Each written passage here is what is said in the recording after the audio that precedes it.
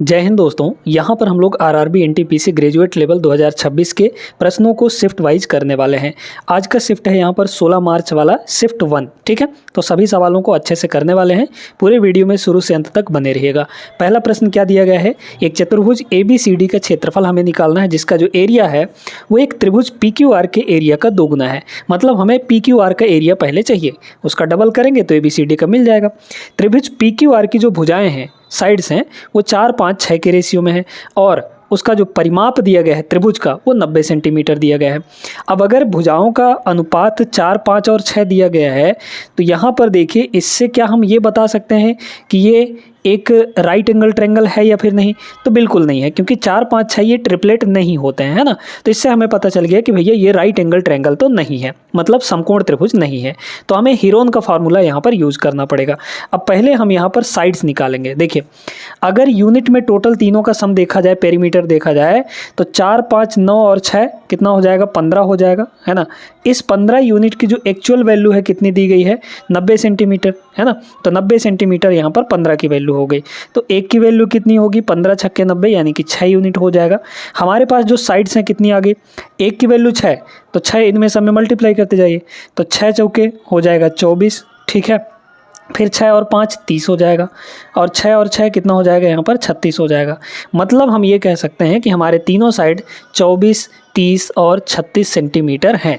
अब हमें क्या निकालना है यहाँ पर? त्रिभुज का क्षेत्रफल। और त्रिभुज का क्षेत्रफल निकाला जा सकता है हीरोन फार्मूला का यूज़ करके, जब तीनों साइड्स गिवन हो, है ना। तो तीनों साइड्स हमें गिवन है, हम हीरोन फार्मूला यहाँ पर लगाते हैं। चलिए, सबसे पहले उसे हमें सेमी पेरीमीटर निकालना पड़ेगा। सेमी पेरीमीटर यानी कि अर्ध परिमाप, परिमाप का आधा। परिमाप कितना दिया है? 90। 90 का आधा कितना होगा? 45 हो जाएगा। तो सेमी पेरीमीटर आ गया हमारे पास। अब हम एरिया निकालते हैं, area of triangle. Area of triangle का फार्मूला क्या होता है? यहाँ पर ये हो जाता है दोस्तों अंडर रूट पहले फार्मूला यहाँ पर लिख देते हैं। ये होता है S, फिर S माइनस A का मतलब पहला साइड, ठीक है, ट्रायंगल का। दूसरा होता है S माइनस B, और इसके बाद यहाँ पर S माइनस C। ये हीरोन फार्मूला है किसी भी ट्रायंगल का जिसके तीनों साइड्स गिवन हो, उसका एरिया निकालने का फार्मूला। अब यहाँ से निकाल लीजिए कितना होगा। चलिए देखते हैं यहाँ पर, है ना। ये हो जाएगा अंडर रूट में S मतलब 45। तो 45 को आप तोड़ तोड़ के लिखिए, है ना, हर एक को तोड़ तोड़ के लिखिए। 45 को 9 और 5 लिखा जा सकता है, ठीक है, तो हमने S को लिख दिया। फिर S minus A, 45 minus 24, 45 minus 24 करेंगे तो 21 आएगा।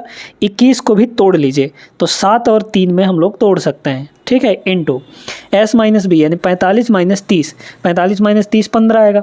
15 को भी तोड़ लीजिए, 3 × 5, ठीक है, into S minus C, 45 minus 36, 45 minus 36 कितना आएगा?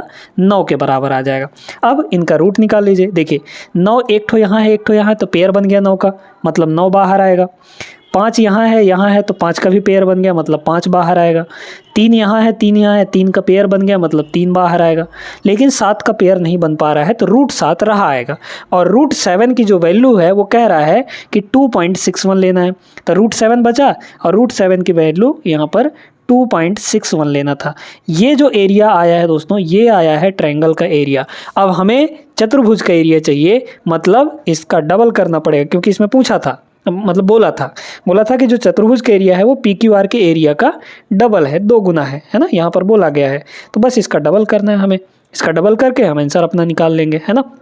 तो इसे 2 से मल्टीप्लाई कर लीजिए, और 2 से मल्टीप्लाई करेंगे तो अब ये बन जाएगा काहे का एरिया? यहाँ पर चतुर्भुज का एरिया, क्वाड्रिलेटरल का एरिया, ठीक है। मल्टीप्लाई कर लीजिए, तो मल्टीप्लाई करने में देखिए यहाँ पर ये 5 और 2 मिलाकर तो 10 होगा। 10 इसमें से डेसिमल को कम करने का काम करेगा, है ना, मतलब डेसिमल आगे खिसकेगा। फिलहाल हम लोग यहाँ पे 9 से भी मल्टीप्लाई करते हैं, 3 से भी मल्टीप्लाई कर देते हैं, कर लेते हैं एक बार। तो 9 को इसमें मल्टीप्लाई करिए, कितना हो जाएगा? 9 × 9, और 9 छक्के 54, ठीक है, बचा 4 हो गया, 5 बचा। 9 दूना 18, 18 और 5 यहाँ पर 23 हो जाएगा। तो 23.49 आ गया। मल्टीप्लाई में 3 है यहाँ पर, है ना, मल्टीप्लाई में अभी 3 बचा हुआ है, और इनटू यहाँ पर 10 है, 5 दूना 10। फिर मल्टीप्लाई कर लीजिए। तो अच्छा, मल्टीप्लाई कर 10 से अगर करेंगे तो डेसिमल एक इधर खिसक जाएगा, है ना, तो एक डेसिमल के बाद एक डिजिट ही बचेगा। मल्टीप्लाई करिए तो 3 × 9 = 27 का हो गया 7, बचा यहाँ पर 2, और डेसिमल लगाइए, ठीक है, क्योंकि एक ही डिजिट बचेगा यहाँ पर, ठीक है।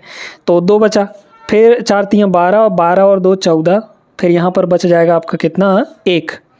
तो 3 3 9, 9 1 10 का शून्य हासिल 1, और फिर यहाँ पर 3 दूना 6 1 7 हो गया, 704.7 आएगा। तो इसके अप्रॉक्सीमेट कौन सा ऑप्शन है आपके पास, मतलब इसके लगभग में, क्योंकि एग्जैक्ट वैल्यू तो यहाँ पर दिया नहीं गया है, राउंड ऑफ करके दिया गया है। पहला ऑप्शन नहीं होगा, बहुत कम है ये, है ना, ये वाला हो जाएगा 702 इसका करेक्ट आंसर होगा, क्योंकि इसके आसपास यही आ रहा है और कोई नहीं है। ठीक है, उम्मीद करते हैं क्लियर हो गया होगा। आगे चलते हैं नेक्स्ट दूसरे क्वेश्चन पर। दूसरा क्वेश्चन यहाँ पर देखते हैं। ये तो बहुत सिंपल सा प्रश्न है। 3 संख्याएं दी गई होती हैं, उसमें पहला प्रोपोर्शन, मीन प्रोपोर्शन और थर्ड प्रोपोर्शन, 3 ही प्रोपोर्शन होते हैं। थोड़ा सा बेसिक इसके बारे में बता देते हैं।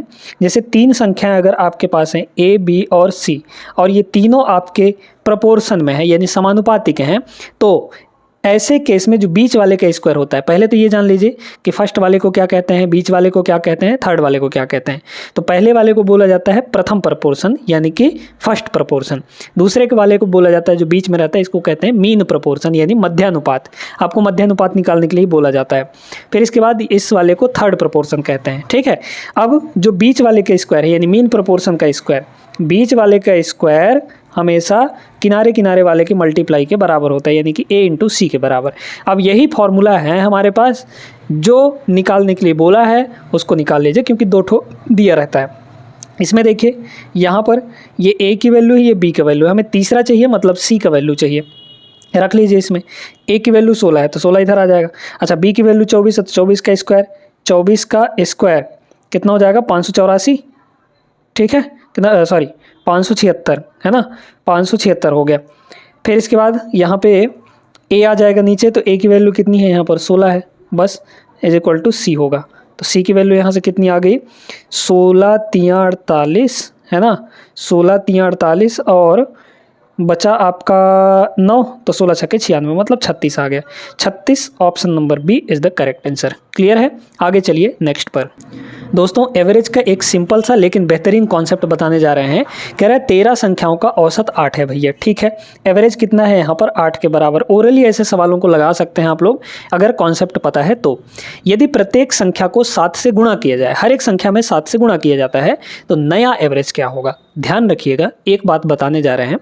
अगर प्रत्येक संख्या के साथ कुछ भी किया जा रहा है, चाहे जोड़ा जा रहा है कुछ चीज़, चाहे घटाया जा रहा है कुछ चीज़, चाहे मल्टीप्लाई किया जा रहा है कुछ चीज़, है ना, चाहे डिवाइड किया जा रहा है कुछ चीज़, अगर कोई चीज़ प्रत्येक संख्या के साथ किया जा रहा है, तो जो नया एवरेज होगा वो पुराने एवरेज में वही होके आएगा जो हर एक संख्या के साथ हो रखा है। मतलब जो ऑपरेशन हर एक संख्या के साथ होगा वही ऑपरेशन एवरेज के साथ भी हो जाएगा। इसमें क्या बोल रहा है, प्रत्येक संख्या को 7 से गुणा किया जाता है, तो नया एवरेज क्या होगा, नया एवरेज जो होगा पुराने एवरेज में 7 से मल्टीप्लाई होके आएगा, क्योंकि हर एक में 7 का मल्टीप्लाई कर रहे हैं। तो हमारा जो पुराना एवरेज है वो 8 है, नया एवरेज चाहिए तो इसमें बस 7 का मल्टीप्लाई कर लीजिए, क्या होगा 56। ओरली बन जाता है, ये सिर्फ देखकर इसका आंसर आप बता सकते थे सिर्फ 1 सेकंड के अंदर। Option number C is the correct answer. आगे बढ़ते हैं नेक्स्ट पर। अगला क्वेश्चन अलजेब्रा का है, बहुत बेहतरीन प्रश्न है ना, ध्यान से समझिएगा। इसको लगाने के हालांकि 2 तरीके हैं, इसमें से जो बेस्ट होगा वो हम आपको बता रहे हैं। देखिए कह रहा है y-12 की वैल्यू हमारे पास 4√5 दी गई है। हमें यहाँ पे दिख रहा है y-3, मतलब हमें यहाँ से कहीं ना कहीं से y-3 बनाना पड़ेगा। ठीक है, तब हम सारी चीज़ें कर सकते हैं। तो देखिए यहाँ पे y-3 अगर बनाना चाहें तो इस 12 को क्या लिख सकते हैं, -3 -9 है ना, -12 है भाई, तो इसको अलग अलग तोड़ेंगे तो -3 और -9 हो जाएगा।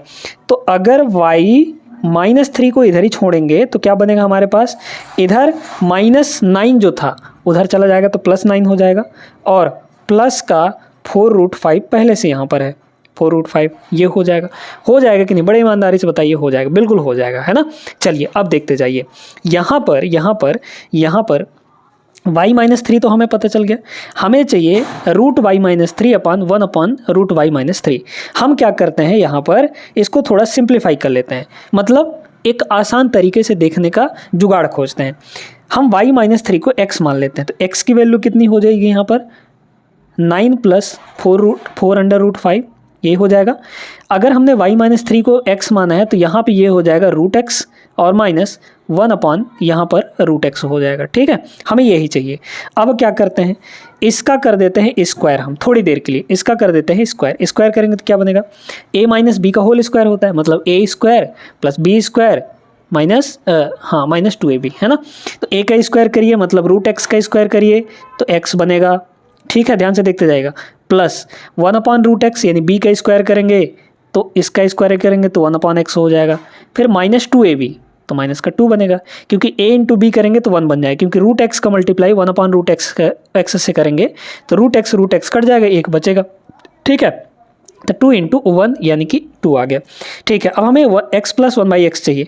x हमें पता है x कितना है, 9 + 4√5 है ना, 4 रूट यहाँ पर 5 है। अब हमें 1/x निकालना है। चलिए यहाँ से 1/x निकाल लीजिए, 1/x निकालेंगे तो 1/x की वैल्यू कितनी है, 9 + 4√5। हमें इसे रेशनलाइज करना पड़ेगा, थोड़ा सा करने का तरीका कई बार आपको बताया जा चुका है। क्या करते हैं, नीचे वाले का साइन चेंज करके ऊपर मल्टीप्लाई, यानी 9 - 4√5 हो गया, ठीक है, ध्यान से देखते जाएगा, डिवाइड बाई इन दोनों का स्क्वायर करके घटा लेना है। देखिए 9 का स्क्वायर 81 होता है ना, माइनस 4√5 का स्क्वायर करेंगे तो 4 का स्क्वायर 16 और √5 का स्क्वायर 5, मतलब 16 और 5 ये हो जाएगा 80, ठीक है। तो नीचे तो 1 आ गया और 1 से किसी चीज़ को डिवाइड करते तो वही चीज़ रहता है, मतलब 1/x की वैल्यू कितनी आ गई, 9 - 4√5। तो यहाँ पे हम लिख सकते हैं 1/x की वैल्यू 9 - 4√5। अब बहुत सिंपल आपको दिख रहा होगा, -2 हो जाएगा। यहाँ से देखिए ये दोनों खत्म हो जाएंगे, 9 - 9 18 -2 यानी कि 16। 16 इस सवाल का करेक्ट आंसर होगा, 16 इस सवाल का करेक्ट आंसर होगा, जबकि यहाँ पर अच्छा ठीक 16 नहीं होगा, क्योंकि देखिए यहाँ पर हमने इसका स्क्वायर किया था, लेकिन यहाँ पर सिर्फ इसकी वैल्यू चाहिए, तो मतलब इस स्क्वायर को हटाना पड़ेगा। जब इस स्क्वायर को हटाएंगे तो इधर आके हमारा स्क्वायर रूट लग जाएगा दोस्तों, है ना, स्क्वायर रूट, यानी ये कितना आएगा, 4 के बराबर, ठीक है। तो 4 is the correct answer, 4 option number B होगा। क्लियर है, सभी को अच्छे समझ में आ गया होगा। अलजेब्रा का बेहतरीन क्वेश्चन था दोस्तों। आगे चलिए नेक्स्ट पर। अगला क्वेश्चन हाइट एंड डिस्टेंस से है। एक टावर जमीन पर लंबवत खड़ा हुआ है।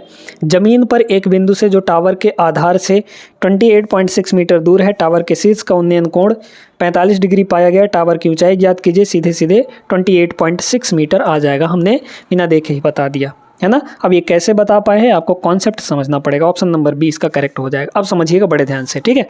अब ऐसे सवाल आपको बिना देखे बन जाएंगे, मतलब कि आपको सॉल्व ही नहीं करना पड़ेगा, सिर्फ देखिए और आंसर टिक करिए, लेकिन उसके लिए आपको दिमाग में वो सारी चीज़ें कॉन्सेप्ट चलनी चाहिए।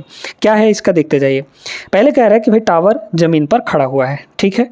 हमने ये ज़मीन बना लिया और इस पर एक टावर खड़ा कर दिया, है ना। ये अब टावर खड़ा किया होगा तो ज़मीन पर लंबवत होगा, मतलब 90 डिग्री बना रहा होगा, है ना। यहाँ पे आपका 90 डिग्री बन रहा होगा। अब कह रहा है ज़मीन पर एक बिंदु से जो टावर के आधार, टावर का आधार मतलब टावर का निचला हिस्सा, इससे 28.6 मीटर दूर है, कोई पॉइंट यहाँ पर है ना। इससे टावर के शीर्ष का जो उन्नयन कोण है, इस पॉइंट से टावर के शीर्ष यानी टावर का जो टॉप है उसका एंगल ऑफ एलिवेशन कितना बन रहा है, मतलब ये वैल्यू एंगल ऑफ एलिवेशन ये 45 डिग्री बन रहा है। बड़े ध्यान से सारी चीज़ों को समझते जाइएगा, ठीक है। 45 डिग्री ये जो दिया गया है दूरी, ठीक है, कहाँ से कहाँ तक, आधार से बिंदु तक की दूरी, ये गिवन है आपको 28.6 मीटर। हमें पूछा क्या गया है, टावर की ऊंचाई, मतलब ये चाहिए, ठीक है। अब आपको बताते हैं ट्रायंगल में, मतलब जब भी राइट एंगल ट्रायंगल की बात आती है हाइट एंड डिस्टेंस में, तो दो ही ट्रायंगल बनते हैं, एक 45-45 वाला, दूसरा 30 और 60 वाला। इन्हीं दो से पूरा राइट एंगल ट्रायंगल यानी पूरा हाइट एंड डिस्टेंस आपका खत्म हो जाता है। दोनों चीज़ें यहाँ पर बताए देते हैं। देखिए दोस्तों, ऑलरेडी अगर इसको देखेंगे तो ये 90 है, तीनों इंटरनल एंगल का सम 180 होता है, ये 90 हो गया तो बाकी दो मिलाकर 90 होने चाहिए। अगर ये 45 है तो ये भी 45 होगा, है ना, ये भी 45 होगा। ध्यान से देखते जाइए एक एक चीज़। अगर ये दोनों 45 है तो ट्रायंगल की प्रॉपर्टी ये कहती है कि इक्वल एंगल के सामने के साइड्स इक्वल होते हैं।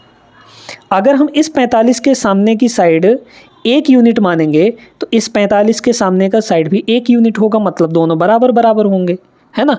तो आप ऐसा समझिए कि यहाँ पर अगर 45-45 डिग्री बन रहा है तो उनके सामने के साइड्स बराबर होंगे, मतलब इस 45 के सामने अगर 28.6 है तो इस 45 के सामने भी 28.6 है।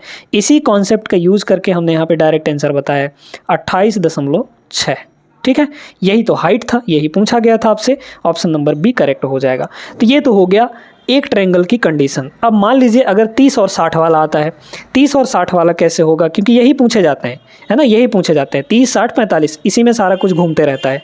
कैसे लगाएंगे देखते जाइए। अगर आपके पास ऐसे दिया है, ये एक राइट एंगल ट्रायंगल है, इसमें आपको 30 और 60 दिया है ना, कोई भी 30 हो सकता है, कोई भी 60 हो सकता है, उससे हमें मतलब नहीं है, बस 30 और 60 होना चाहिए।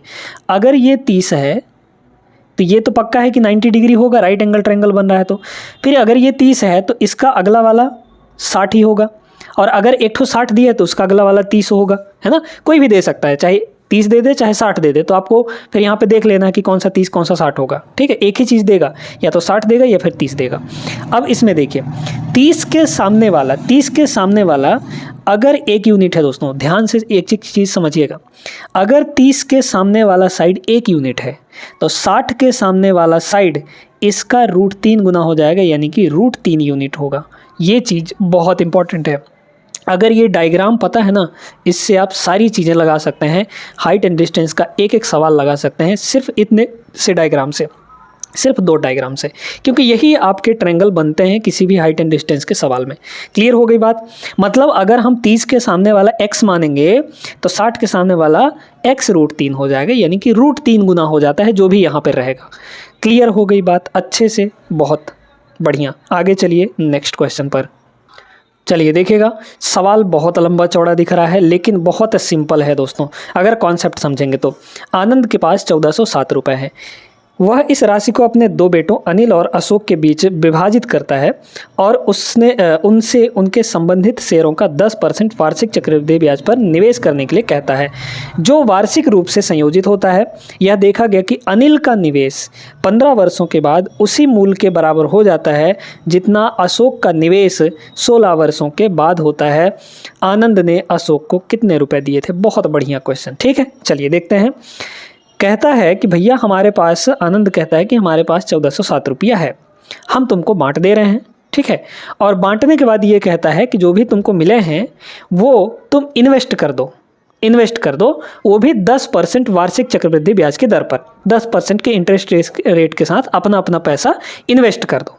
इन्वेस्ट करने के बाद जितना पैसा अनिल को 15 साल में मिल जाता है, उतना ही पैसा अशोक को 16 साल के बाद मिलता है, ठीक है, 16 साल के बाद मिलता है। अब ये बताइए, यहाँ पर 2 लोग हैं, अनिल और अशोक। जो भी पैसा मिला होगा, अनिल को मान लीजिए x पैसा मिला, अशोक को y रुपये मिला, है ना। अगर अनिल को x रुपये मिला तो रेट कितना है? 10%। 10% की फ्रैक्शन वैल्यू कितनी होती है? 1/10। मतलब पैसा 1 साल में कहाँ से कहाँ पहुँचेगा? 10 से 1 ज़्यादा हो जाएगा। 10 से 1 ज़्यादा होने का मतलब कितना फ्रैक्शन बनेगा? 10 1 11, 11/10 बनेगा। मतलब जो पैसा है 1 साल में जो अनिल का पैसा है वो 11/10 हो जाएगा 1 साल में।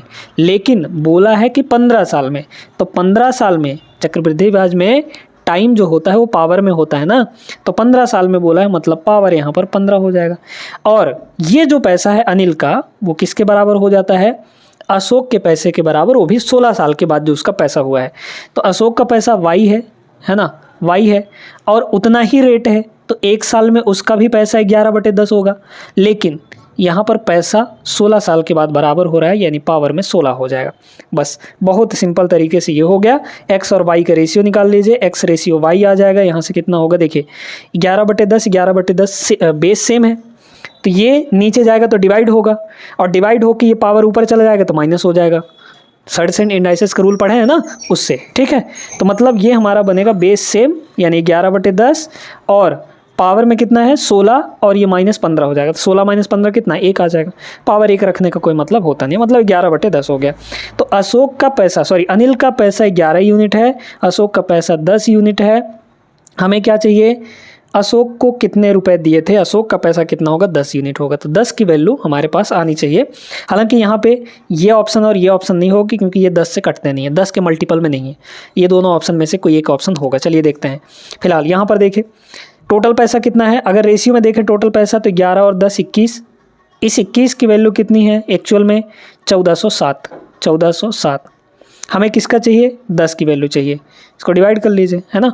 तो 10 की वैल्यू कितनी आ जाएगी बताइए? 21 से डिवाइड करेंगे तो पहले 7 से डिवाइड करिए, 7 से मारिए, 7 दूना 14 है ना, 7 दूना 14, 0, 7 एकम 7, फिर 3 से डिवाइड कर लेंगे क्योंकि अभी 3 बचा हुआ है ना। चलिए 3 से डिवाइड करेंगे, मल्टीप्लाई 10 करना पड़ेगा, 3 से डिवाइड करेंगे तो 3 छक्के 18, 3 सत्ते 21 और 10 से मल्टीप्लाई करेंगे 670। 670 ऑप्शन नंबर डी इसका करेक्ट आंसर हो जाएगा। बढ़िया सवाल था, कॉन्सेप्चुअल था, आई होप सभी लोग समझ गए होंगे। आगे चलिए, सवाल बहुत ही शानदार है। बोट एंड स्ट्रीम के सवालों को लगाने के लिए एक सिंपल से रेशियो बनाना होता है, क्योंकि ये तरीका हम कई बार बता चुके हैं आपको। इसी तरीके से लगाएंगे तो आप कंफ्यूज नहीं होंगे, ठीक है। एक एक चीज़ समझिएगा। देखिए यहाँ पर जब भी आपको ये सारी चीज़ें दिखे, आपको रेशियो बना लेना है। किसका किसका? पहले यहाँ पर बोट का, बोट लिखिए, फिर इसके बाद यहाँ पे बोट लिख देते हैं ना, फिर इसके बाद यहाँ पर स्ट्रीम लिख लीजिए, बोट और स्ट्रीम मतलब नाव और धारा की चाल। फिर इसके बाद यहाँ पर अप स्ट्रीम डाउन स्ट्रीम, ठीक है, डाउन स्ट्रीम, और इसके बाद यहाँ पर अप स्ट्रीम, ठीक है। ये 4 चीज़ें आपको लिख लेनी। डाउन स्ट्रीम का मतलब धारा के अनुकूल, अप स्ट्रीम का मतलब धारा के प्रतिकूल, धारा के प्रतिकूल मतलब विपरीत दिशा में, ठीक है। अब कह रहा है एक नाव धारा के अनुकूल 36 किलोमीटर में उतनी ही दूरी तय कर सकती है। अच्छा, 36 किलोमीटर उतनी ही दूरी तय कर सकती है जितनी देर में, ठीक है, ठीक है, जितनी देर में वह धारा के प्रतिकूल 24 किलोमीटर की दूरी तय कर सकती है। उतनी ही देर में बोला है, मतलब टाइम कांस्टेंट हो गया। अब यहाँ पे 3 चीज़ें होती हैं। 3 चीज़ें कौन कौन सी? स्पीड, डिस्टेंस और टाइम। यही रिलेशन होता है, speed equal to distance upon time. अगर टाइम हो जाए कांस्टेंट भैया, अगर टाइम हो जाए कांस्टेंट, ठीक है, अगर टाइम हो जाए कांस्टेंट, जितनी देर में बोला है ना, मतलब आने में और जाने में, अनुकूल और प्रतिकूल में, अनुकूल और प्रतिकूल में टाइम बराबर ले रहा है। तो जब टाइम बराबर लेगा तो स्पीड और डिस्टेंस सेम रेशियो में होंगे, क्योंकि आमने सामने है। देख लीजिए, आमने सामने है दोनों, स्पीड और डिस्टेंस दोनों डायरेक्ट प्रोपोर्शन में हो जाएंगे। यानी जो रेशियो, क्योंकि हमें यहाँ पर जो रेशियो लिखना है वो स्पीड का रेशियो लिखना है, ठीक है। तो जो रेशियो डिस्टेंस का होगा वही रेशियो आपका स्पीड का हो जाएगा। तो बताइए, अनुकूल का मतलब डाउन स्ट्रीम, डाउन स्ट्रीम में 36 है डिस्टेंस, डिस्टेंस 36 है। अनुकूल में प्रतिकूल में यानी अप स्ट्रीम में 24 है। अगर इनका रेशियो लेंगे तो किससे कटेगा? 4 से कटेगा, 4 नहीं हो 36, 4 छके 24, अच्छा 12 से कट जाएगा ये, ठीक है। तो 12 3 36, 12 दूना 24। यही रेशियो, क्योंकि ये डिस्टेंस का रेशियो है और जो डिस्टेंस का रेशियो है ये स्पीड का रेशियो होगा, क्योंकि यहाँ से पता चला हमें ये जो रेशियो है ये स्पीड का रेशियो है, ठीक है। चलिए अब क्या करना है, सुनते जाइए। अगर इन चारों रेशियो में से 2 रेशियो पता है, अगर इन चारों रेशियो में से 2 रेशियो पता है तो आप बाकी के 2 रेशियो निकाल सकते हैं। चारों में से कोई भी 2 रेशियो आपको पता होगा, ठीक है। अगर इन दोनों का रेशियो दिया है, चलिए तो जोड़कर आधा करेंगे तो ये वाला आएगा, और इन दोनों को घटाकर आधा करेंगे तो स्ट्रीम का आ जाएगा। अगर हम इन दोनों को जोड़ के आधा करेंगे तो 36 और 24 हो जाएगा आपका 60, 60 का आधा करेंगे तो यहाँ पे हो जाएगा 30। शांत जल में नाव का चाल चाहिए था। अच्छा 1 सेकंड, थोड़ा सा और यहाँ पे देखिएगा, ये नहीं होगा, ठीक है। इन दोनों का अगर रेशियो देखा जाए, ये रेशियो निकाल लेना, 3 और 2 को जोड़ के आधा करेंगे तो ये हो जाएगा 5, है ना, 5 हो जाएगा। और आधा कर लेंगे हम लोग, यहाँ पर आधा करिए तो 5 का आधा कितना होगा? 2.5 हो जाएगा यहाँ पे, ठीक ना। ये वाला रेशियो भी ले सकते हैं, बाकी ये वाला रेशियो भी ले सकते हैं, कोई दिक्कत नहीं है, ठीक है। घटा के आधा अगर करेंगे, घटा के 3 में 2 घटाएंगे 1 आएगा, 1 का आधा कर लेंगे तो यहाँ पर 1 का आधा 0.5 आ जाएगा, है ना, 0.5 आ जाएगा। हमें धारा की गति दी गई है, स्ट्रीम का स्पीड दिया गया है, मतलब 0.5 की वैल्यू दी गई है। ये सारे के सारे रेशियो में होंगे, ध्यान रखिएगा। 0.5 की वैल्यू 3 है, कितना गुना हो रहा है? 6 गुना हो रहा है ना, 5 छक्के 30 मतलब 3 आएगा, 6 गुना हो रहा है, तो ये भी आपका 6 गुना हो जाएगा, मतलब सब 6 गुना हो जाएंगे। देखिए सब 6 गुना हो जाएंगे, तो 6 गुना करिए इसको, 6 गुना अगर करेंगे तो 25 छक्के 150 मतलब 15 आ जाएगा, है ना। तो 15 आ गया किसका? बोट का। ये ना पूछा था, शांत जल में नाव की चाल यानी बोट का speed 15। Option number first is the correct answer. सवाल नंबर 8 देखते हैं। 60 kmph की गति से चलने वाली एक ट्रेन विपरीत दिशा में 84 kmph की गति से चलने वाली दूसरी ट्रेन को 30 सेकंड में पार करती है। दोनों ट्रेनों की संयुक्त लंबाई मीटर में क्या होगी? ध्यान रखिएगा, जब भी एक ट्रेन दूसरे ट्रेन को पार करती है तो चली गई डिस्टेंस दोनों ट्रेनों की लंबाई के बराबर होती है, ठीक है। चली गई डिस्टेंस दोनों ट्रेनों की लंबाई के बराबर, दोनों ट्रेनों की लंबाई का सम होता है। ठीक है, तो L1 + L2 दोनों ट्रेनों की लंबाई मान लेते हैं, या फिर x + y मान लेते हैं। x + y मानना थोड़ा वैसा लग रहा है, L1 + L2 मान लेते हैं। तो ये डिस्टेंस हो गया आपका, और यही हमें चाहिए भी था, है ना। दोनों ट्रेनों की संयुक्त लंबाई क्या होगी, ये डिस्टेंस हो गया। डिस्टेंस बराबर स्पीड इंटू टाइम होता है। स्पीड क्या है, अब चलिए स्पीड लिखते हैं हम लोग, याद रखिएगा। अगर दोनों एक ही डायरेक्शन में चल रहे हैं, अगर दोनों एक ही डायरेक्शन में चल रहे हैं, ये x की स्पीड से, ये y की स्पीड से, तो ऐसे केस में जो रिलेटिव स्पीड आता है, रिलेटिव स्पीड यानी सापेक्ष चाल, वो घट के आएगा। अगर एक ही डायरेक्शन में चलेंगे तो रिलेटिव स्पीड घट जाएगा, मतलब x - y होगा।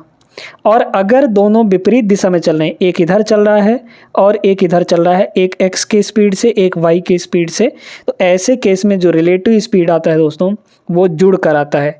उल्टा रहेगा तो स्पीड जुड़ जाएगा, एक ही डायरेक्शन में होगा तो स्पीड घट जाएगा, बस इतना समझिए। तो चूंकि ये विपरीत दिशा में चल रहे हैं तो स्पीड क्या होगा, जुड़ जाएगा। 60 और 84, 8 6 14 114 हो गया, है ना, सॉरी 144 हो गया, है ना। 60 और 84 जोड़ेंगे 144, ये स्पीड आ गया। इनटू टाइम, 30 सेकंड में पार कर रही है तो इनटू यहाँ पर टाइम हो जाएगा। अच्छा, ये मीटर में पूछा है ना, तो एक चीज़ देखिए, यहाँ पर ये जो स्पीड है ये km/h में है, इसको मीटर/सेकंड में चेंज करिए, क्योंकि हमें ये मीटर में चाहिए, और टाइम भी आपका सेकंड में दिया है। तो मीटर/सेकंड में चेंज करने के लिए क्या करना पड़ता है, 5/18 से मल्टीप्लाई, है ना। तो ये हो जाएगा मीटर/सेकंड में 5/18, ठीक ना। अब ये हो गया स्पीड इंटू टाइम, टाइम कितना है यहाँ पे 30 है, तो बस मल्टीप्लाई कर लीजिए, काट पीट लीजिए। यहाँ पे देखिए 6 से काटेंगे 3 बार में, 6 से काटेंगे 5 बार में, है ना। 3 से ये कट जाएगा आपका, 3 से कितनी बार में कटेगा, यहाँ पे 3 से देख लीजिए, 6 से 3 बार, ठीक है। 3 से काटेंगे, 3 चौके 12, बचा 2, 3 छक्के 1 सेकेंड, कितना होगा, 3 8 24, है ना, 8 बार। तो अब यहाँ पे क्या कर सकते हैं, 25, इसका 100, 4 इसमें से ले लीजिए ना भाई, तो 12 चौक 48 होता है, तो 12 और 4 कर लीजिए, 4 इसको दे दीजिए, 25 चौके 100, 100 इंटू 12 यानी 1200 आ जाएगा। तो 1200 इसका करेक्ट आंसर होगा, ऑप्शन नंबर सी। ये क्वेश्चन बढ़िया था, उम्मीद करते हैं समझ आ गया होगा। आगे चलिए नेक्स्ट पर।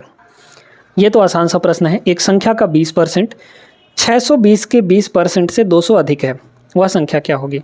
संख्या का 20%, संख्या का 20% जो है, परसेंट यानी डिवाइड बाई 100, वो किसके बराबर है, 620 का 20%। अच्छा देखिए, का मतलब मल्टीप्लाई होता है, यहाँ पे हो गया मल्टीप्लाई, और अगर परसेंट हटाएंगे तो 2 जीरो खत्म हो गए, 1 जीरो इसका, 1 जीरो इसका। 62 का डबल, 60 का डबल 120, 120 और 2 4 124 हो गया। 124 से कितना अधिक है, 124 से कितना अधिक है, 210 अधिक है ना, 210 अधिक है। ये कट जाएगा, 5 आ जाएगा इधर, है ना, तो एक्स की वैल्यू आ जाएगी 124, 10 जोड़ेंगे 24 10 34, 334, है ना, 334 और 5 उधर जाके मल्टीप्लाई होगा, ये एक्स की वैल्यू आ जाएगी, इसको मल्टीप्लाई कर लीजिए, ठीक है। 2 इसको दे देते हैं, तो 1.5 150 और 17, 150 और 17 कितना हो गया, 167, 1670, ठीक है। ये आ जाएगा, option number C is the correct answer. आगे चलिए, ये सवाल भी बढ़िया सवाल है। गिरीश ने एक परीक्षा में 572 अंक प्राप्त किया और वह अधिकतम अंकों के 28% से 30 कम था, है ना। ये जो 572 है, ठीक ना, 572 अंक जो है, 572 अंक जो है, ये किसके बराबर है, मैक्सिमम अंकों का 28%, 28% से कितना कम है, 30 कम है। अच्छा 28% इसको लिखना पड़ेगा, है ना, 28% से कितना कम है, 30 कम है यहाँ पर। तो 28% की वैल्यू कितनी आ गई, 30 इधर चला जाएगा, तो 28% की जो वैल्यू है वो कितनी होगी, 30 जोड़ लीजिए, तो 7 3 10, 602, है ना, 602 आ गया, 28 की वैल्यू 602 आ गई। हमें क्या चाहिए, उसी परीक्षा में उसके मित्र ने 463 नंबर प्राप्त किए, उसके मित्र द्वारा प्राप्त अंकों का प्रतिशत क्या होगा, ठीक है। बड़े ध्यान से समझिएगा। अब यहाँ पे एक चीज़ आपको बताते हैं, देखिए ये जो 602 नंबर है वो 28% के बराबर है, ये जो 602 नंबर है वो 28% के बराबर है। हमें कह रहा है कि ये जो 473 नंबर है वो किसके कितने परसेंट के बराबर होगा।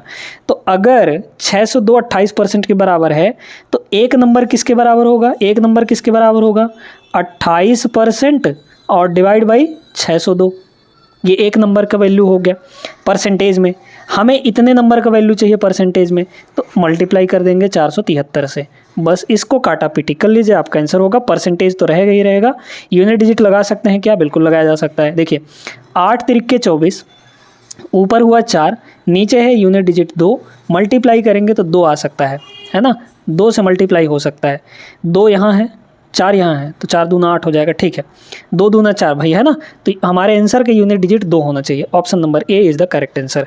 और 7 भी हो सकता है, क्योंकि 2 सत्ते 14 मतलब 4, तो 7 तो कहीं है नहीं, ऑप्शन में नहीं दिख रहा है 7 यूनिट डिजिट। तो पहला ही ऑप्शन आपका करेक्ट आंसर हो जाएगा 22%।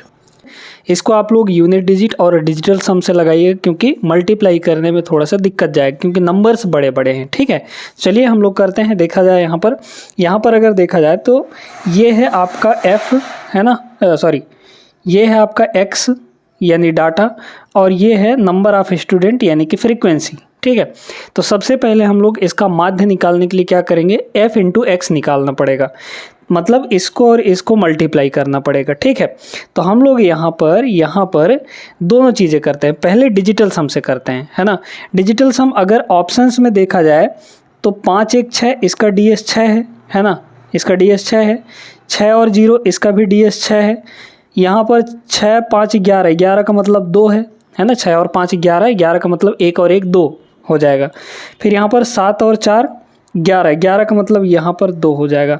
तो यहाँ पर डिजिटल सम 2 ठो का बराबर आ गया है ना।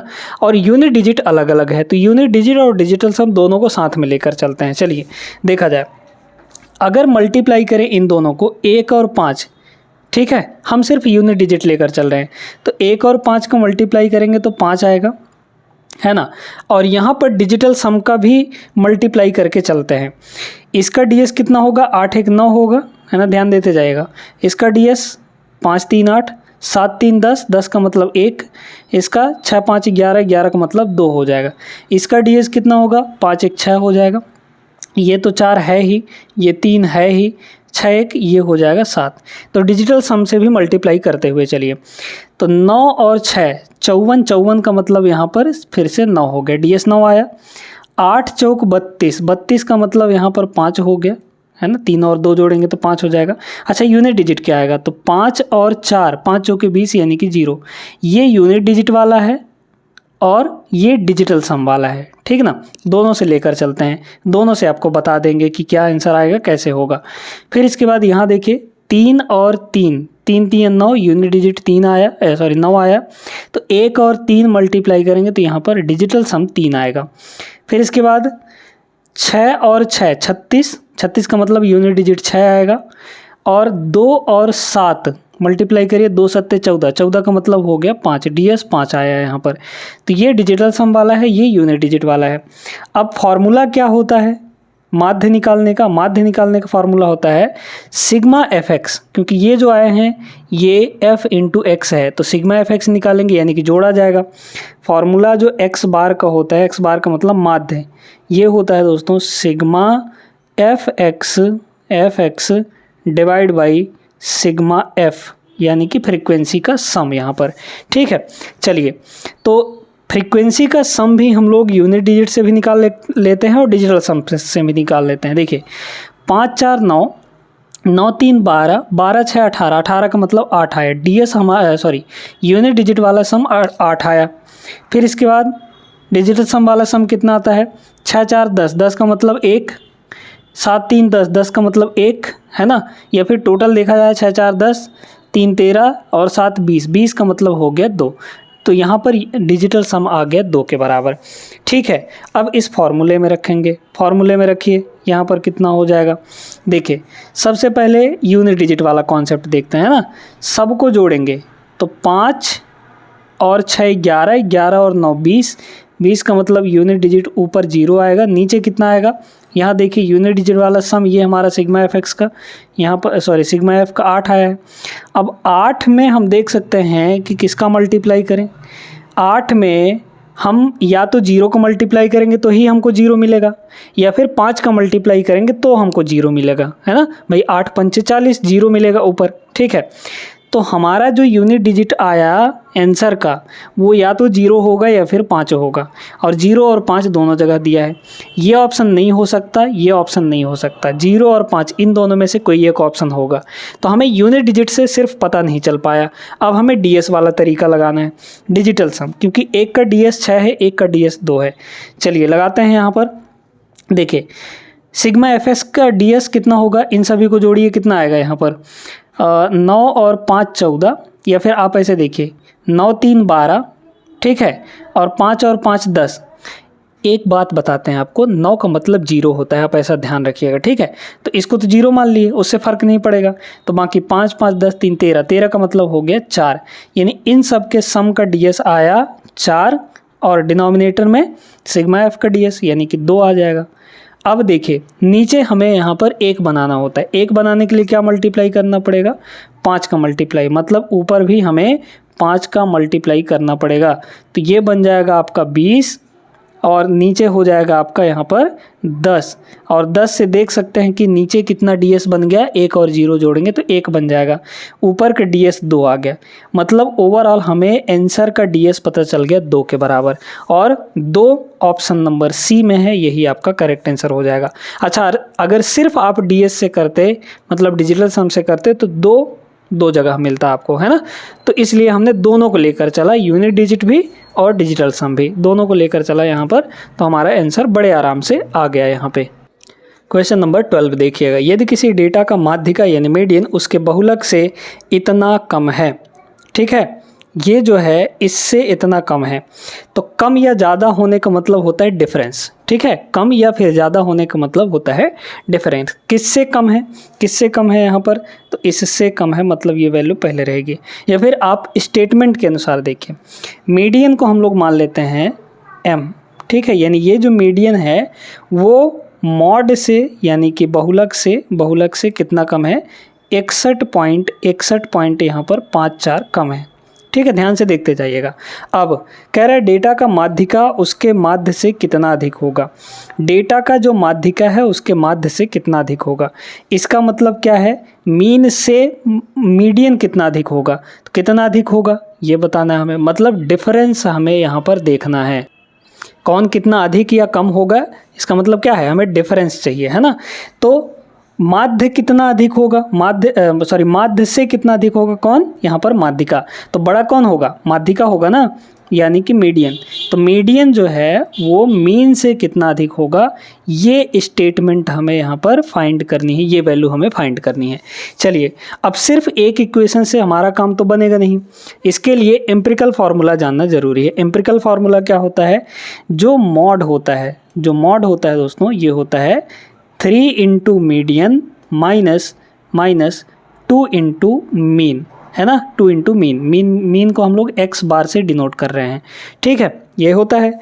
अब हमें m माइनस एक्स बार चाहिए, मतलब हमें मॉड को हटाना पड़ेगा, मॉड को कहीं ना कहीं हमें यहाँ पे हटाना पड़ेगा। तो मॉड को हटाइए, यहाँ पर मॉड की वैल्यू ये रख दीजिए, रखिए, तो ये हो जाएगा m यानी मीडियन, मॉड की वैल्यू कितनी है 3 मीडियन माइनस 2 मीन, और माइनस ये है 61.54, है ना, ध्यान से देखते जाइएगा। अब इसमें देखिए, अब इसमें हम लोग क्या कर सकते हैं, इस वाले को इधर भेज देते हैं तो पॉजिटिव हो जाएगा, ये प्लस m उधर जाएगा तो माइनस m हो जाएगा, मतलब हमारे पास 3m माइनस m यानी कि 2m हो गया, और माइनस यहाँ पर 2x बार हो जाएगा, और ये इधर आ जाएगा पॉजिटिव, मतलब ये वैल्यू पूरी की पूरी हो गई पॉजिटिव, ठीक है, पॉजिटिव हो गई। अब सब में 2 का डिवाइड कर लीजिए, यहाँ 2 से डिवाइड करेंगे तो m बचेगा, यहाँ 2 से डिवाइड करेंगे तो x बार बचेगा, यहाँ 2 से डिवाइड करिए कितना होगा 30 पॉइंट कितना होगा, 30 पॉइंट समथिंग होगा, 30 पॉइंट ही समथिंग आएगा, मतलब option number C is the correct answer, ठीक है। यही तो हमें पूछा गया था। उम्मीद करते हैं क्लियर हो गया होगा। ये वाला फॉर्मूला आपको याद रखना है, mode equal to 3 median minus 2 mean, ये फार्मूला बहुत जगह काम में आता है।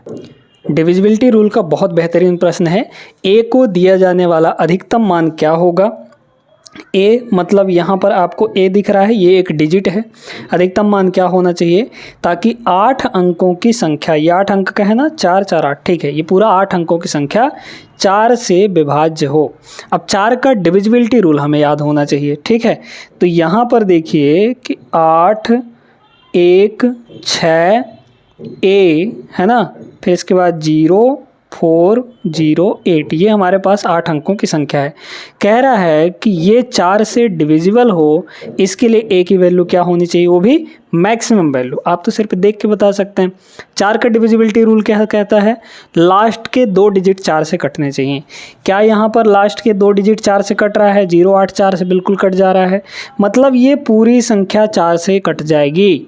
बीच में इधर कुछ भी हो, इसके 2 अंक के पहले कुछ भी हो, उससे हमें फ़र्क नहीं पड़ता है। लास्ट का 2 अंक अगर 4 से कट जा रहा है मतलब वो पूरी संख्या 4 से कटेगी, इससे पहले चाहे कुछ भी हो, ठीक है। कुछ भी हो मतलब ए की वैल्यू कुछ भी हो सकती है, ए की वैल्यू 0 भी हो सकती है, 1 भी हो सकती है, 2 भी हो सकती है।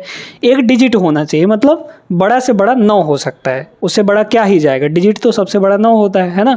तो ए की वैल्यू सबसे बड़ी 9 हो सकती है, और ए का हमें मैक्सिमम वैल्यू ही यहाँ पर पूछा था, तो ए की मैक्सिमम वैल्यू हम 9 ले लेंगे।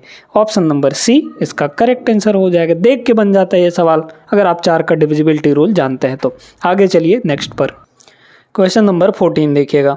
-9 ये बोर्ड मास पे आधारित है ना। तो सबसे पहले डिवीजन सॉल्व होता है, उसके बाद मल्टीप्लिकेशन, इसके बाद MA मतलब एडिशन और सब्ट्रैक्शन, ये साइमल्टेनियसली दोनों सॉल्व होते हैं, एडिशन और सब्ट्रैक्शन, ये चीज़ ध्यान रखिएगा, मतलब साथ में ही सॉल्व होते हैं, ठीक है।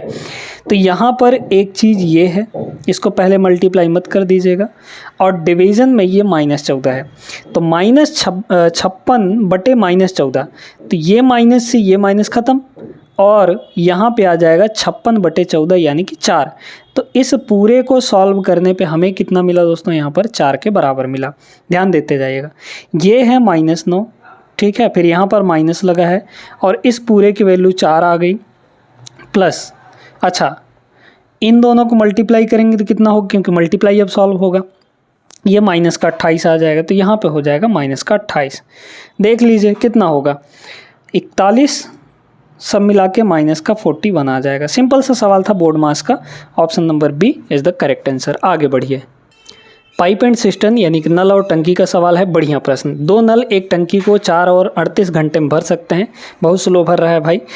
तीसरा नल इसे 38 घंटे में खाली कर सकता है। यदि उन सभी को एक साथ खोल दिया जाए तो खाली टंकी के 1/4 हिस्से को भरने में कितना समय लगेगा, ठीक है। तो यहाँ पर तो देखकर भी आप बता सकते हैं, कि भाई ये जितना घंटा भरने में लगा रहा है वो इतना ही घंटे खाली करने में लगा रहा है, यानी कि ये जितना भरेगा उतना खाली कर देगा, ठीक है। तो बस यही काम कर रहा होगा ओवरऑल अगर देखा जाए तो, ठीक ना। चलिए कर लेते हैं। तो यहाँ पर एक नल है, मान लीजिए A, और दूसरा नल है B। यहाँ पर ये जो है 4 घंटे लगाता है, ये जो है 38 घंटे लगाता है भरने में, ये भरने वाले दोनों हैं। लेकिन एक तीसरा नल है जो खाली कर सकता है 38 घंटे में पूरी भरी हुई टंकी को। यदि उन सभी को एक साथ खोल दिया जाए, सबको एक साथ काम करवाना है, तो सबसे पहले हमें कैपेसिटी निकालना पड़ेगा, टोटल कैपेसिटी, है ना। तो देखिए 4, 38 और 38, इन तीनों का निकालिए यहाँ पे क्या एलसीएम। तो 38 और 38 का एलसीएम तो 38 होगा, 4 और 38 का निकालते हैं ना। तो 2 तो कॉमन है इनमें, है ना। तो 2 अगर कॉमन है तो 2 को ले लीजिए कॉमन, तो 2 और 19 बचा, यानी 38 दूना 38 और 2, 38 दूना यहाँ पे कितना हो जाएगा, 8 दूना 16, 76 हो जाएगा, ठीक है। तो 76 आएगा, ये टोटल कैपेसिटी है एक टंकी की, 76 लीटर मान लीजिए। अब 76 लीटर भरना ही ये 4 घंटे में भर रहा है, तो 76 बटे यहाँ पर कितना होगा, यहाँ पर 4, यानी कि इफ़िशियंसी कितनी आ गई 19। 76 बटे 38 यानी 2, 76 बटे 38 यानी 2, लेकिन इसकी इफ़िशियंसी नेगेटिव लेंगे, ये भरने का काम कर रहा है। तीनों को एक साथ खोला जाए, तो देखिए तीनों एक साथ काम करेंगे तो 1 घंटे में कितना काम कर लेंगे, 19 और 2 21, 21 माइनस 2 21 माइनस 2 19 आ जाएगा, यानी 1 घंटे में तीनों मिलकर 19 यूनिट भरेंगे। कह रहे टंकी का 1/4 भरने में 76 टोटल था, इसका 1/4 भरना है। 1/4 का मतलब 1/4 यानी 19 लीटर। हमें सिर्फ 19 लीटर भरना है, और 1 घंटे में ये तीनों मिलकर 19 लीटर भर रहे हैं, तो कितना लगेगा टाइम, 1 घंटे लग जाएगा। Option number first is the correct answer. ठीक है, लेकिन अब यहाँ पर थोड़ा सा एक चीज़ और सोचिए। देखिए यहाँ पर क्या बोला जा रहा था भैया, कह रहा है कि 4 घंटे और 38 घंटे में 2 नल टंकी को भर सकते हैं, है ना। थोड़ा सा डायरेक्ट मेथड आपको बता रहे हैं, सोचिएगा थोड़ा। तीसरा नल इसे 38 घंटे में खाली कर सकता है। मतलब ये है कि भाई जितना घंटा ये भरने में लगा रहा है दूसरा नल, तीसरा नल उतने ही घंटे में खाली कर दे रहा है, यानी कि बराबर बराबर काम हो रहा है इनके अनुसार, है ना, बराबर बराबर काम हो रहा है। तो हम यहाँ पर देख पा रहे हैं कि एक साथ बोला जा रहा है, तो इसका काम और इसका काम एक दूसरे को कैंसिल आउट कर देंगे, एक दूसरे को कैंसिल आउट कर देंगे। मतलब भरने का काम कौन करेगा, सिर्फ और सिर्फ ये 4 घंटे वाला करेगा। तो अगर पूरी टंकी को भरने में 4 घंटे लग रहा है तो 1/4 को भरने में, 1/4 को भरने में सिर्फ 1 घंटा लगेगा। ठीक है भाई, पूरी टंकी को जितना भी होगा, पूरी टंकी को भरने में 4 घंटे अगर लग रहा है तो उसका 1/4 यानी 1/4 भरने में 1 घंटा लगेगा। बस option number A is the correct answer. ये सवाल ओरली बन जाता अगर आप थोड़ा सा सोचते तो। ठीक है, उम्मीद करते हैं समझ आ गया होगा ये वाला कॉन्सेप्ट भी। आगे चलिए नेक्स्ट पर। बहुत लोग इस टाइप के सवाल को छोड़ कर आ जाते हैं, उनको लगता है कि बहुत ज़्यादा बड़ा कैलकुलेशन करना पड़ेगा। बिल्कुल भी नहीं करना पड़ेगा, बहुत आसान है। ठीक है, यहाँ पर ए रेशियो बी आपको 2 और 3 दिया है। ठीक है, बड़े ध्यान से जो चीज़ बताने जा रहे हैं मिस मत करिएगा उस कॉन्सेप्ट को। अगर मिस कर दिए तो फिर आपके प्रश्न गलत हो सकते हैं। ए और बी का रेशियो कितना दिया है, 2 और 3 दिया है। ठीक है, अब यहाँ पर एक चीज़ हम आपको बता रहे हैं, यहाँ ऊपर क्या है 7a³ - 2b³, नीचे क्या है b³ - a³। मतलब जो दोनों वेरिएबल्स हैं ए और बी, उनका पावर न्यूमरेटर में भी और डिनोमिनेटर में भी सेम है। और अगर ऐसा होता है तो वो होमोजीनियस एक्सप्रेशन कहलाते हैं। अगर ये होमोजीनियस है तो आप डायरेक्टली यहाँ से रेशियो की वैल्यू उनका एग्जैक्ट वैल्यू के रूप में ले सकते हैं। ए की वैल्यू, ए का रेशियो वैसे 2 था लेकिन ए की वैल्यू हम 2 ले सकते हैं। लेकिन अगर यहीं पे इनका पावर सेम ना रहता, होमोजीनियस एक्सप्रेशन ना रहता, तो हम लोग ए की डायरेक्ट वैल्यू 2 नहीं ले सकते थे, है ना। ये चीज़ ध्यान रखना है। अगर यहाँ स्क्वायर लेकिन यहाँ क्यूब होता तो फिर गड़बड़ हो जाता, तब ऐसा नहीं कर पाते हम। तो यहाँ पर फिलहाल होमोजीनियस है, मतलब ए की वैल्यू 2 ले लेंगे, बी की वैल्यू 3 ले लेंगे। रखिए यहाँ पर, तो ये हो जाएगा 7, ए की वैल्यू 2 लेंगे तो ये हो जाएगा 2 का क्यूब -2, और बी की वैल्यू 3 ले लेंगे तो ये हो जाएगा 3 का क्यूब, और डिनोमिनेटर में b³ - a³ यानी कि b का क्यूब मतलब 3 का क्यूब माइनस यहाँ पर 2 का क्यूब हो जाएगा। ठीक है, ये हो गया। चलिए तो अब देखा जाए, यहाँ पर देखा जाए कितना होगा, 8, 2 का क्यूब 8, 8 सत्ते ये हो जाएगा 56, और माइनस यहाँ 3 तियाँ 9, सॉरी 3 तियाँ 9 कह रहे, 3 का क्यूब 27 दूना 54, 27 दूना यहाँ पर 54 हो जाएगा। और डिनोमिनेटर में 27 और ये 8, तो 27 - 8 ये हो जाएगा 19, यानी ओवरऑल हमारे पास 2/19 आ गया। तो 2:19 आएगा हमारा answer. Option number first correct answer होगा। आगे बढ़ते हैं नेक्स्ट पर। बहुत ही बेहतरीन प्रश्न है दोस्तों, ये कॉन्सेप्ट इसका समझिएगा। ज्योमेट्री का सवाल है। करें एक त्रिभुज PQR जहाँ पे QOR जो है वो आपका 130 डिग्री दिया है, जहाँ O त्रिभुज PQR का अंतः केंद्र है, यानी कि इन सेंटर है। ठीक ना। अब इन सेंटर क्या होता है बताते हैं। कह रहा है कि एंगल QPR का माप कितना होगा। चलिए, इन सेंटर का मतलब ये होता है कि एक ऐसा ट्रायंगल जिसके अंदर में एक सर्किल बना हो। ठीक है, अंदर में एक सर्किल बना हो और उस सर्किल का जो सेंटर होता है वो हमारा इन सेंटर कहलाता है। ठीक ना। अब यहाँ पे थोड़ा सा डायग्राम बना के आपको बताते हैं। देखिए, तो एक सर्किल है जो एक ट्रायंगल के अंदर आएगा। अब वो ट्रायंगल हम यहाँ पर बना लेते हैं। ठीक ना, ट्रायंगल PQR में यहाँ पर आपको देखा जाए तो कुछ इस तरीके से, है ना, ये आपका अंदर रहेगा। ठीक है, ये आपका अंदर रहेगा, मतलब टच करते हुए जाना चाहिए, टच करते हुए यहाँ पर जाना चाहिए, ये चीज़ का ध्यान रखना है। ठीक है, कुछ इस तरीके से टच करते हुए मतलब स्पर्श करते हुए।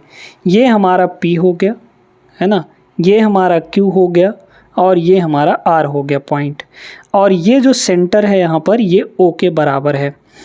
तो कह रहा है कि क्यू ओ आर, अब क्यू ओ आर को मिलाइए, क्यू ओ यहाँ पर आर, ये जो एंगल दे रखा है दोस्तों ये आपका 130 डिग्री दे रखा है, ठीक है, 130 डिग्री दे रखा है। हमें पूछा क्या है, क्यू पी आर मतलब ये एंगल हमें पूछ रखा है, ठीक है, ये एंगल हमें यहाँ पर पूछ रखा है।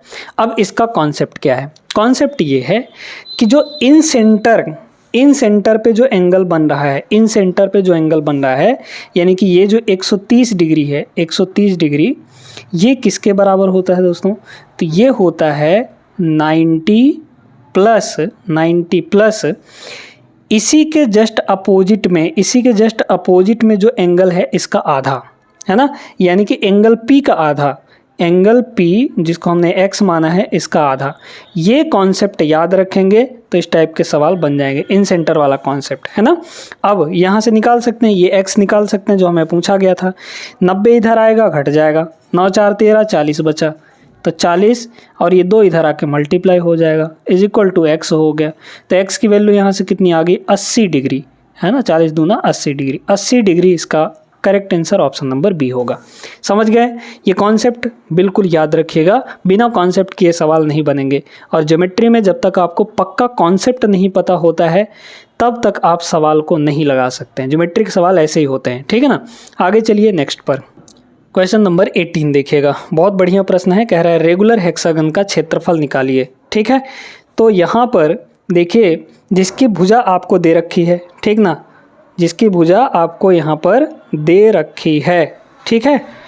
अब यहाँ पर देखते हैं दोस्तों कि हमारा जो रेगुलर हेक्सागन है उसका एरिया क्या होता है, ठीक है। तो एरिया का फॉर्मूला यहाँ पर याद रखिएगा, ठीक है। ये होता है दोस्तों आपका 3/2 इंटू √3 इंटू ए स्क्वायर। ए का मतलब यहाँ पर साइड, एक रेगुलर हेक्सागन यानी कि नियमित षटभुज का क्षेत्रफल निकालने के ये फार्मूला है, जिसका साइड यहाँ पर ए होगा। इसकी साइड हमें दे रखी है, ये ए की वैल्यू है, फार्मूला में रख दीजिए, आपका आंसर आ जाएगा, कितना होगा, ये हो जाएगा 3/2, अच्छा √3 तो रहेगा ही रहेगा, है ना, √3 रहेगा, ये हो गया √3, और हम लोग ए का स्क्वायर करते हैं मतलब 14√3 का स्क्वायर करते हैं। चलिए देखते जाइएगा बड़े ध्यान से। अगर हम 14 का स्क्वायर करेंगे तो 14 इंटू 14, ठीक है, 14 इंटू 14 तो 196 आता है ना, 14 का स्क्वायर 196, और √3 का स्क्वायर अगर हम लोग करेंगे तो 3 मिल जाएगा हमें, है ना। और इसका अगर आधा कर लें हम लोग तो 2 9 18, 2 8 16 हो गया। यूनिट डिजिट लगा लें क्या, यूनिट डिजिट लगा लीजिए, तो 3 8 24 और 4 3 12, मतलब 2 आएगा। यूनिट डिजिट में हमारे पास 2 आएगा और साथ में √3 होगा, ये वाला, ठीक है। तो ये वाला ऑप्शन करेक्ट हो जाएगा, option number C is the right answer. I hope सभी लोग समझ गए होंगे। आगे चलते हैं नेक्स्ट क्वेश्चन पर। इस सवाल को देखिए दोस्तों, ये बड़ा खतरनाक सा प्रश्न है, प्रॉफिट एंड लॉस का है। एक वस्तु को उसके वास्तविक विक्रय मूल्य के 6/15 पर बेचने पर हितेश को 28% का लॉस हो जाता है, ठीक है, यानी हानि हो जाता है। यदि वह इसे इसके वास्तविक विक्रय मूल्य के 89% पर बेचता है तो लाभ प्रतिशत क्या होगा। ध्यान से समझिए, है ना। यहाँ पर अगर देखा जाए तो दोस्तों वास्तविक विक्रय मूल्य के 6/15, अच्छा 6/15 को थोड़ा सा और करेंगे तो 3 से काटेंगे तो 3 दूना 6 और 3 5 15, मतलब 2/5 हो गया, है ना। तो वास्तविक विक्रय मूल्य ये रहा हमारा, है ना, वास्तविक विक्रय मूल्य ये रहा हमारा, और बेच किससे रहा है वो 2 रुपये से, है ना। तो मतलब 5 वो एक्चुअल में बेच रहा था, लेकिन अभी किससे बेच रहा है, 2 रुपये में बेच रहा है, तो उसको 28% का लॉस हो गया। अच्छा 28% लॉस होने का मतलब कितने में बेचेगा, 72% में, है ना। 28% लॉस होने का मतलब, क्योंकि जो कॉस्ट प्राइस वो 100% होती है, एक चीज़ ध्यान से समझते जाइएगा, 100%, और 28% का लॉस लिया तो 100 - 28 यानी कि 72% में बेचा। 72% का मतलब ये हुआ कि 72/100 यानी कि 100 CP को कितने में बेच रहा है वो, ये सीपी है आपका, ये सीपी है, 100 सीपी को कितने में बेच रहा है, 72 में बेच रहा है। और यहाँ कितने में बेच रहा है, 2 रुपये में बेच रहा है। मतलब इसी 2 की वैल्यू कितनी होगी, 72 हो गई। इसी 2 की वैल्यू कितनी होगी, 72 हो गई। तो ये कितना गुना हो रहा है आपका, 38 गुना हो रहा है ना, 38 गुना हो रहा है। 38 दूना 72, एक सेकेंड भाई, 36 होता है ना, 36, ठीक है। 36 दूना 72, 36 गुना हो रहा है। तो ये वाला भी आपका 36 गुना हो जाएगा, क्योंकि ये दोनों रेशियो में है। तो ये वाला भी 36 गुना हो जाएगा। 36 गुना कर लीजिए, 36 पंचे 180। ये 180 जो है ये ओरिजिनल सेलिंग प्राइस है, वास्तविक विक्रय मूल्य, ओरिजिनल सेलिंग प्राइस है, ठीक है। अब कह रहा है कि ओरिजिनल सेलिंग प्राइस के 89% पर बेच रहा है। ओरिजिनल सेलिंग प्राइस है कितना, 180, इसके 89% में बेच रहा है। इसका 89% निकालिए, 89% यानी डिवाइड बाई 100 आ जाएगा। एक जीरो से एक जीरो ख़त्म होगा। अब आप यहाँ पे डिजिटल सम लगा लीजिए, यूनिट डिजिट लगा लीजिए। यूनिट डिजिट चलिए लगाते हैं। ये जो वैल्यू आएगी दोस्तों, ये आपका सेलिंग प्राइस आएगा, है ना। अभी जिससे बेच रहा है वो सेलिंग प्राइस आएगा।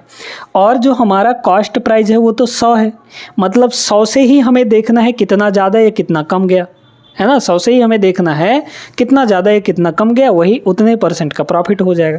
तो ये जो वैल्यू कट कुटा के आएगी, मल्टीप्लाई होके आएगी और डिवाइड करके आएगी, ये वैल्यू आपकी 100 से ज़्यादा आएगी। और 100 से जितना ही ज़्यादा होगा वही हमारा आंसर हो जाएगा। तो इसमें सिर्फ यूनिट डिजिट लगाइए।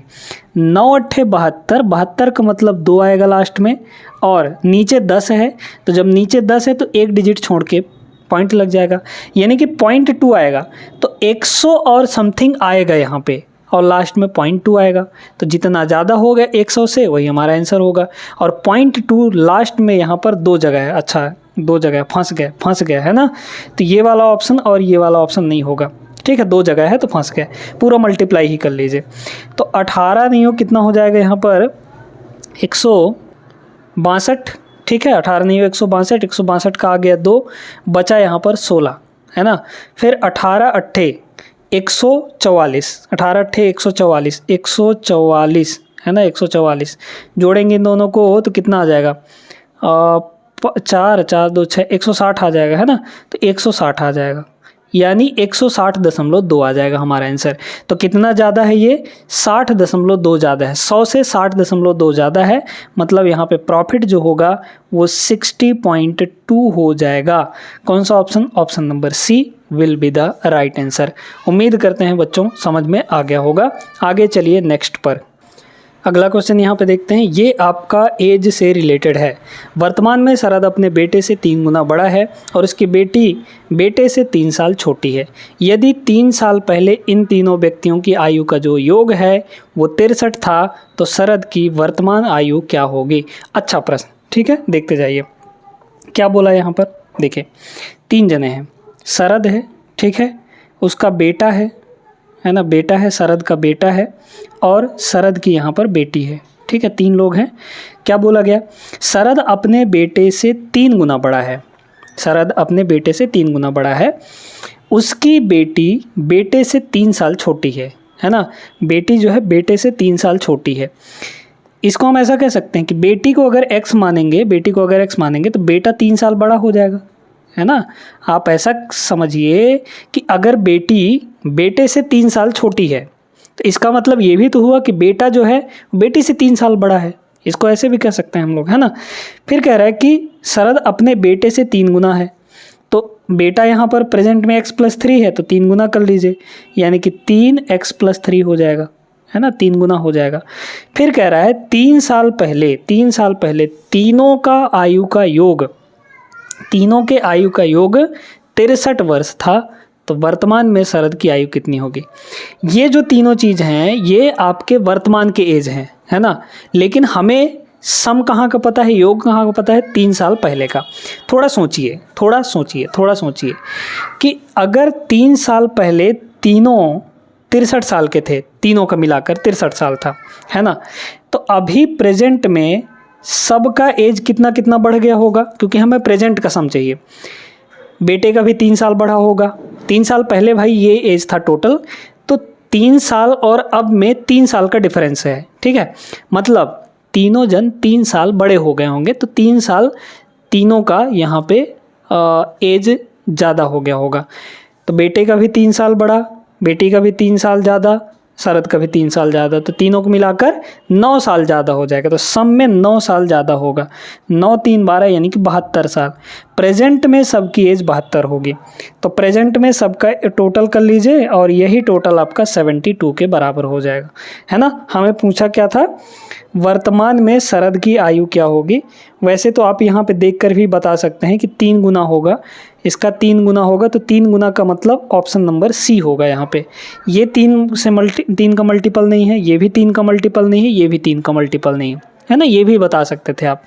फिलहाल यहाँ पे कर लेते हैं। देखिए ये 3x और x प्लस x मतलब 3x plus x plus x total हो गया 5x बराबर इधर कितना है, देखिए 3 3 9 और 3 12, 12 उधर जाके घट जाएगा तो 60 आएगा, है ना। मैं 72 माइनस 12 60 आ जाएगा। तो x की वैल्यू यहाँ पर 12 आ गई, 12 पंचे 60। x की वैल्यू अगर 12 है तो यहाँ देखिए 12 प्लस 3 15, 15 इंटू 3 45 आ जाएगा। ये वैल्यू आपकी 45 आ जाएगी और 45 हमने बता भी दिया, ऑप्शन नंबर सी। और 3 का मल्टीपल भी देख लेते, क्योंकि जो भी आंसर होगा शरद का आयु वो 3 से मल्टीप्लाई होके आएगा। 3 का मल्टीपल सिर्फ एक ही ऑप्शन है, ऑप्शन नंबर सी इसका करेक्ट आंसर होगा। ठीक है, क्या दिया है, 3 दोस्त एक्स वाई और जेड ने 4 2 और 5 के अनुपात में राशि इन्वेस्ट करके एक व्यवसाय में शुरू किया। 6 महीने के बाद एक्स अपनी पूंजी का आधा हिस्सा निकाल लेता है। यदि जेड द्वारा निवेश की गई राशि 23,000 है तो 37,000 के कुल वार्षिक लाभ में से एक्स और वाई के लाभ के बीच का अंतर क्या होगा। बहुत बढ़िया प्रश्न है, ये पार्टनरशिप का सवाल है। ठीक है, तो यहाँ पर 3 लोग इन्वेस्ट कर रहे हैं, किस किस रेशियो में, 4 2 और 5 के रेशियो में, है ना। 4 2 और 5 के रेशियो में, मतलब ये 4 रुपये लगा रहा है। अब ध्यान से इस चीज़ को समझिएगा, कुल वार्षिक लाभ आपको दे रखा है ना, यानी कि साल भर के बाद की बात यहाँ पर की जा रही है। यहाँ पर पहले बात करते हैं, 6 महीने के बाद एक्स अपनी पूंजी का आधा हिस्सा निकाल लेता है। ये बताइए, अगर टोटल साल भर की बात करें तो साल भर में पहले 6 महीने में उसने अपना पूरा पैसा लगाया, लेकिन 6 महीने के बाद अगले 6 महीने के लिए उसने अपना आधा हिस्सा निकाल लिया। तो ये जो 4 रुपये लगाया था, ये जो 4 रुपये है, ये सिर्फ और सिर्फ 6 महीने के लिए लगाया था वो, है ना। फिर इसके बाद क्या किया, उसने यहाँ पर आधा पैसा निकाल लीजिए। मतलब 4 रुपये लगाया था तो आधा निकाल लेगा तो बचेगा कितना, 2 रुपये लगाएगा, और ये 2 रुपये फिर अगले 6 महीने के लिए लगाया, यानी कि x का जो प्रॉफिट का हिस्सा हुआ ये हो जाएगा। ठीक है, तो हमें यहाँ पे मल्टीप्लाई करना होता है एक्चुअली में, जो इन्वेस्टेड अमाउंट है मल्टीप्लाई टाइम, हमें टाइम देखना है। ठीक है, तो ये हो गया x का हिस्सा।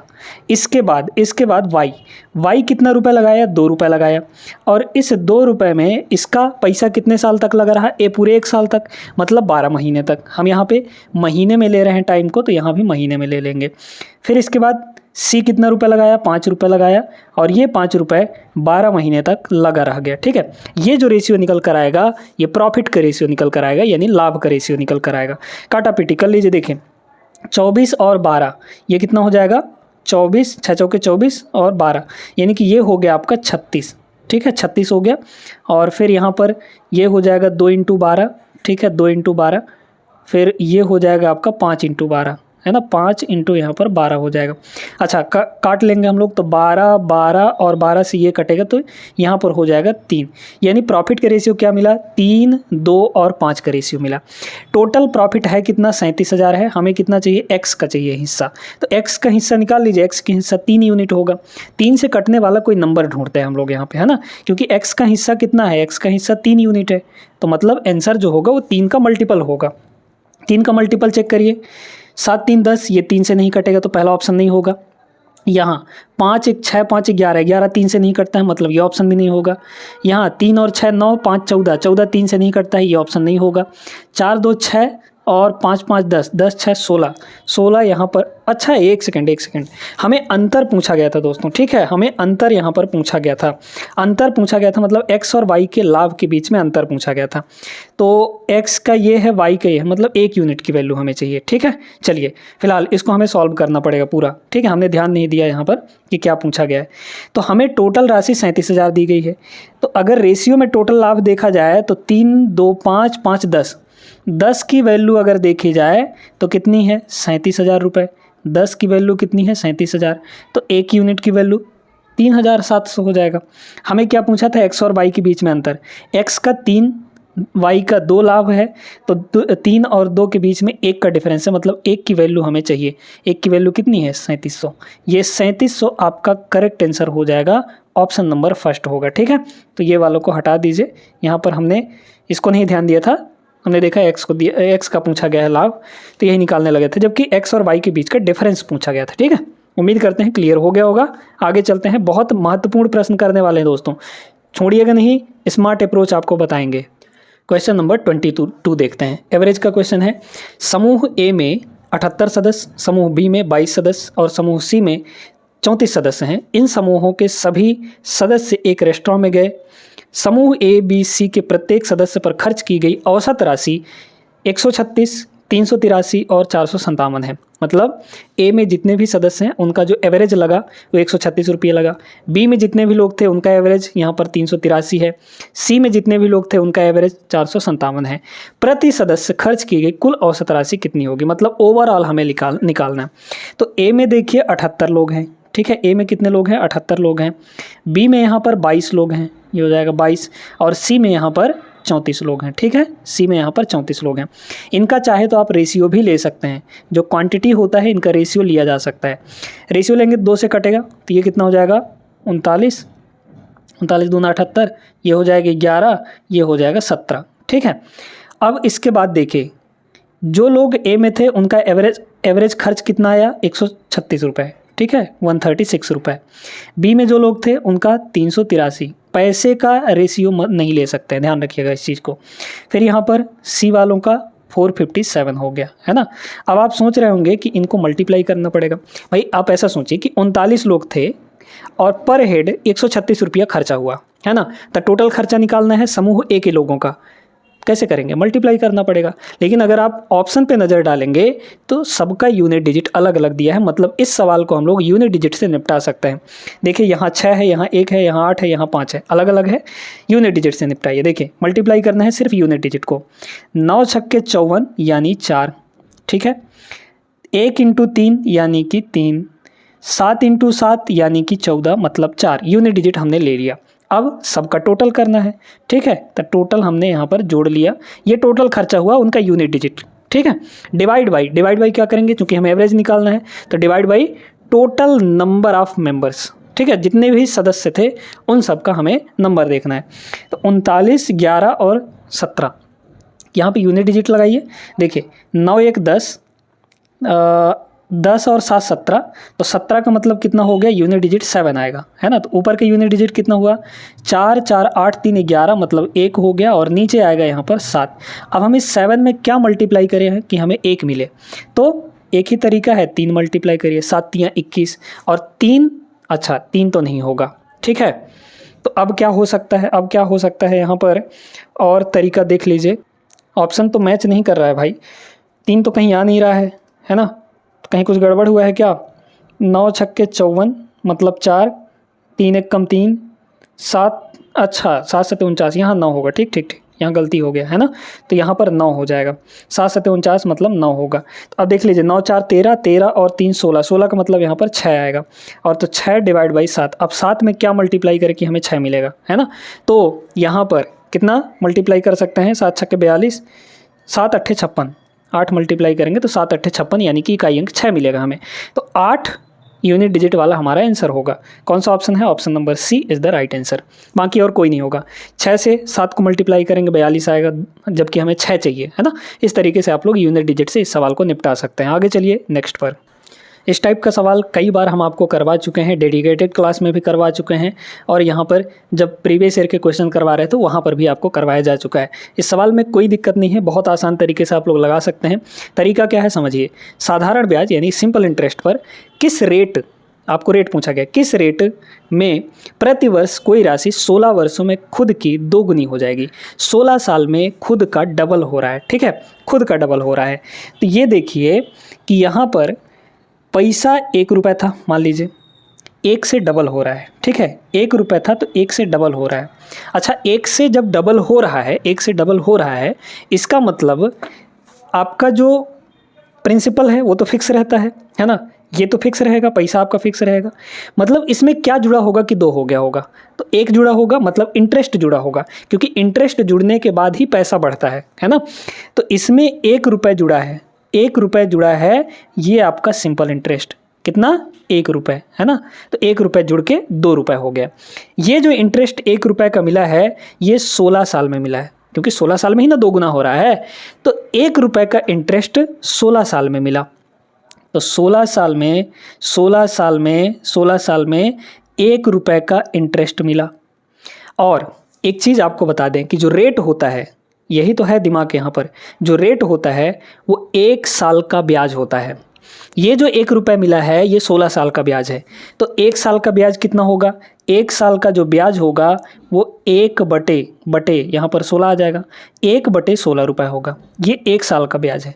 यही 1 साल का ब्याज प्रिंसिपल पर, यही 1 साल का ब्याज प्रिंसिपल पर रेट होता है। ठीक है, तो 1 साल का ब्याज हमारे पास है कितना, 1 बटा के 16, और किस पर, प्रिंसिपल पर, और प्रिंसिपल है कितना यहाँ पर 1 रुपया है, तो डिवाइड बाई 1, और इसको सॉल्व करेंगे तो 1 बटे 16 ही आएगा, है ना, 1 बटे 16 हो जाएगा। ये 1 बटे 16 आपका रेट होगा, और इस रेट को अगर आप कन्वर्ट करना चाहें परसेंटेज में तो 100% से मल्टीप्लाई कर लीजिए। ठीक है, वैसे भी अगर देखा जाए तो 1 बटे 8 कितना होता है, 12.5%, तो 1 बटे 16 कितना होगा, 12.5 का आधा, 12.5 का आधा हो जाएगा, यानी कि 6.25%, है ना, 6.25% is the correct answer, option number D. बहुत बेहतरीन क्वेश्चन था, लगाने का तरीका भी हमने आपको एकदम लल्लन टॉप बताया है। आगे चलिए नेक्स्ट क्वेश्चन पर। सवाल नंबर 24 देखिए, P एक वस्तु Q को 50% के लाभ पर बेचता है, Q उसी वस्तु को R को 60% की हानि पर बेचता है। यदि R ने वस्तु के लिए इतना रुपए भुगतान किया तो P द्वारा खरीदी गई वस्तु की कीमत कितनी होगी। बड़ा सिंपल सा प्रश्न है ये, ठीक है, देखते जाइए। यहाँ पे अगर 50% की वैल्यू आपसे पूछी जाए तो 50% की वैल्यू कितनी हो जाएगी, यहाँ पर 1/2, यही ना होता है 50% की वैल्यू। तो यहाँ पर 3 लोग हैं, P Q को दे रहा है, Q R को दे रहा है ना, P Q को बेच रहा है और Q R को बेच रहा है। ध्यान से सुनते जाइएगा, रेशियो से ये सवाल बन जाएगा आपका। देखिए, तो यहाँ पर Q को 50% के लाभ पर बेच दिया, मतलब P के पास 2 रुपये का था, P के पास 2 रुपये का था, तो 2 पर 1 का प्रॉफिट ले लिया, लाभ बोला है ना, तो 2 पर 1 का प्रॉफिट ले लिया, मतलब 2 1 3 रुपये में बेच दिया Q को। अब Q के पास वो सामान 3 रुपये का है, Q उसी वस्तु को R को 60% के लॉस पर बेच देता है। 60% की फ्रैक्शन वैल्यू कितनी होती है, 3/5, है ना, मतलब 5 के सामान को 3 के लॉस पर बेच दिया। Q के पास सामान था 5 रुपये का और 3 के लॉस पे बेचा R को, यानी कि 2 में बेच दिया।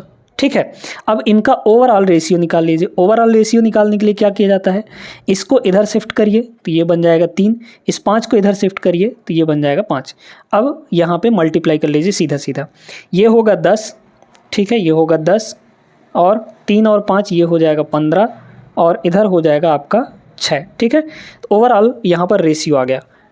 अब इसके बाद बोला गया कि R ने वस्तु के लिए इतना रुपये भुगतान किया, मतलब R का जो रुपये है वो कितना है, 3234, 6 यूनिट की वैल्यू 3234 है। P का हमें कीमत निकालना है, यानी कि यहाँ पर 10 यूनिट की वैल्यू निकालनी है। वैसे अगर देखे जाए 10 यूनिट की वैल्यू मतलब 0, 10 से कटने वाला नंबर, तो 10 से कटने वाला नंबर कौन है, जिसके लास्ट में 0 होगा, यही एक ऑप्शन बचा हुआ है, ऑप्शन नंबर फर्स्ट इसका करेक्ट आंसर हो जाएगा। वैसे भी अगर आप करना चाहें तो देखिए, अगर 1 की वैल्यू निकाली जाए तो कितनी होगी, 6 से डिवाइड करिए, 6 पंचे 30, है ना, ध्यान से देखते जाएगा, 6 पंचे 30 बचा 2 तो 23 हो गया। ठीक है, 23 हो गया, है ना, 23 हो जाएगा। ठीक है, 23 हो जाएगा तो 6 3 18 और 6 नहीं हो 54, है ना, क्योंकि 5 बचेगा तो एक सेकंड यहाँ पर हमने गलत लिखा है ना भाई, यहाँ पर 4 है तो हमने 6 लिख दिया। ठीक है, तो 6 नहीं हो 54, मतलब कि यहाँ पर 4 होगा तो ये 9 बार में कट जाएगा। तो 1 की वैल्यू इतनी है तो 10 की वैल्यू क्या होगी, 10 से मल्टीप्लाई, यह आ जाएगा 5390 करेक्ट आंसर होगा। आगे बढ़िए नेक्स्ट पर। चलिए दोस्तों, अब इस टाइप के सवालों में ना जो सिंप्लीफिकेशन के सवाल होते हैं इनमें थोड़ा दिमाग लगाना होता है, आपको सॉल्व नहीं करना होता, क्योंकि क्यूब रूट वगैरह फिर फोर्थ रूट वगैरह आपको पता नहीं होता है। ठीक है, और निकालने में थोड़ा समय लग जाता है, इसलिए थोड़ा दिमाग लगाइए। अगर आप ऑप्शन को देखें तो ऑप्शन इंटीजर वैल्यू है, मतलब नीचे की सारी वैल्यू ऊपर से कट जाएंगी। ठीक है, या फिर आप ऐसा कह सकते हैं कि ऊपर की जितनी भी वैल्यू हैं वो नीचे से कहीं ना कहीं तो कट जाएंगे। ठीक ना, अब अगर हम ये कहें अगर हम ये कहें कि भैया इसमें 19 छुपा हुआ है, ठीक है, इसमें क्या छुपा हुआ है, 19 छुपा हुआ है, ये 19 इंटू 3 है। ध्यान से एक एक चीज़ समझते जाइएगा जो चीज़ें बता रहे हैं। 57 का मतलब क्या है, 19 इंटू 3 है ना। मतलब नीचे अगर 19 है तो 19 कहीं ना कहीं ऊपर तो कटेगा, कहीं ना कहीं ऊपर तो कटेगा। इसमें 19 नहीं है, इसमें 19 नहीं है, मतलब ये कहीं ना कहीं 19 का कुछ है ना। ये 19 निकल कर आएगा, ये अगर 19 निकल कर आएगा, ये अगर 19 निकल कर आएगा तो 19 से 19 कट जाएगा। क्योंकि अगर आप थोड़ा सा सोचेंगे तो जो 20 का क्यूब होता है, 20 का जो क्यूब होता है वो कितना होता है, 8000 होता है, क्योंकि 2 का क्यूब 8 और 1 जीरो का क्यूब 3 जीरो, 8000। तो 19 का जब क्यूब करेंगे, क्योंकि 20 से थोड़ा सा छोटा है 19, मतलब 8000 से कम ही होगा 19 का क्यूब, है ना। तो ये जो है 6859, ये 19 का क्यूब है। तो मतलब जब हम इसका क्यूब रूट लेंगे तो हमारे पास 19 मिलेगा, ठीक है। तो ये जो वैल्यू है ये आपकी 19 है, ठीक है, समझ गए। मल्टीप्लाई यहाँ पर 2 है, मल्टीप्लाई यहाँ पर 168 है, और नीचे में यहाँ पर आपके पास 19 इंटू 3 है ना, 19 इंटू 3 है। अब बात करते हैं इसकी। 16 का स्क्वायर होता है 256, ठीक है, 16 का स्क्वायर होता है 256। या फिर आप ऐसे कह सकते हैं कि जो 16 का स्क्वायर है, 16 का स्क्वायर 256 होता है ना। और ये जो फोर्थ रूट लगा है इसको हम लोग लिख सकते हैं 1/4, 1/4। करनी का एक रूल होता है कि अगर आपके पास यहाँ पे n लिखा है तो इसका मीनिंग होता है a to the power 1/n, ये ना होता है। तो अगर ये 4 लिखा है तो इसको 1/4 लिख सकते हैं पावर में, और 256 का मतलब 16 का स्क्वायर। अच्छा, अगर हम इसको देखें तो ये कितना है, 4 का स्क्वायर होता है, ठीक है। तो 4 का स्क्वायर करेंगे अगर, तो 4 के स्क्वायर का भी स्क्वायर, यानी 4 का पावर 4 हो जाएगा, और ये है 1/4, तो 4 से ये कट गया, मतलब हमारे पास सीधे सीधे 4 आ गया। तो ये वैल्यू 4 हो जाएगी। काट लीजिए, 19 से 19 कट गया, 2 से ये कट जाएगा 2 बार में, और 2 से इसको काटिए, 2 अट्ठे 16 और 2 चौके 8, तो 3 से काटेंगे कितना हो जाएगा, 8 4 12, मतलब 3 से कटेगा ही कटेगा, ठीक है। तो 3 दूना 6 और 3 अट्ठे 24, मतलब 28 इसका करेक्ट आंसर हो जाएगा, ऑप्शन नंबर ए।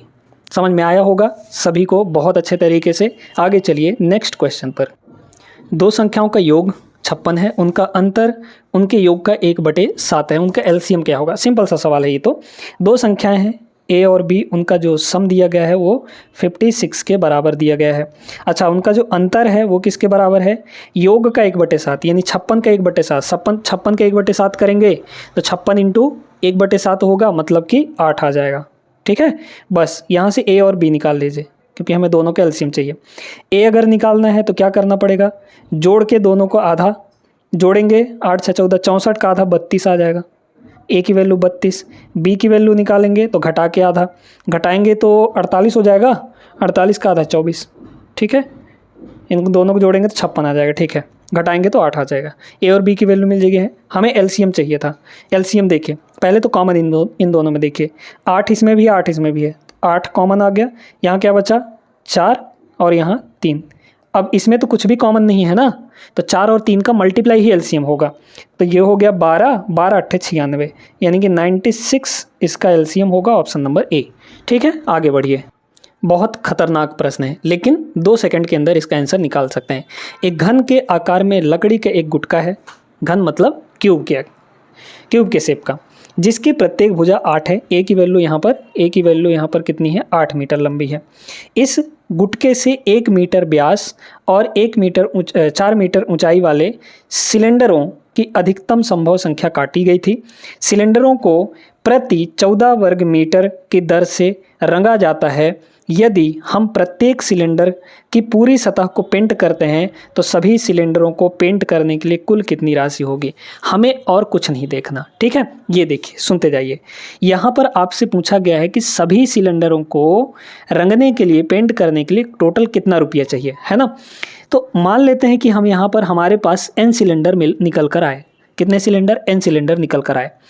अब n सिलेंडर निकल कर आए तो मान लीजिए कि यहाँ पर अगर देखा जाए तो सिलेंडरों को 14 रुपये प्रति वर्ग मीटर, यानी 1 वर्ग मीटर, 1 स्क्वायर मीटर पेंट करने का 14 रुपये लगता है, ठीक है।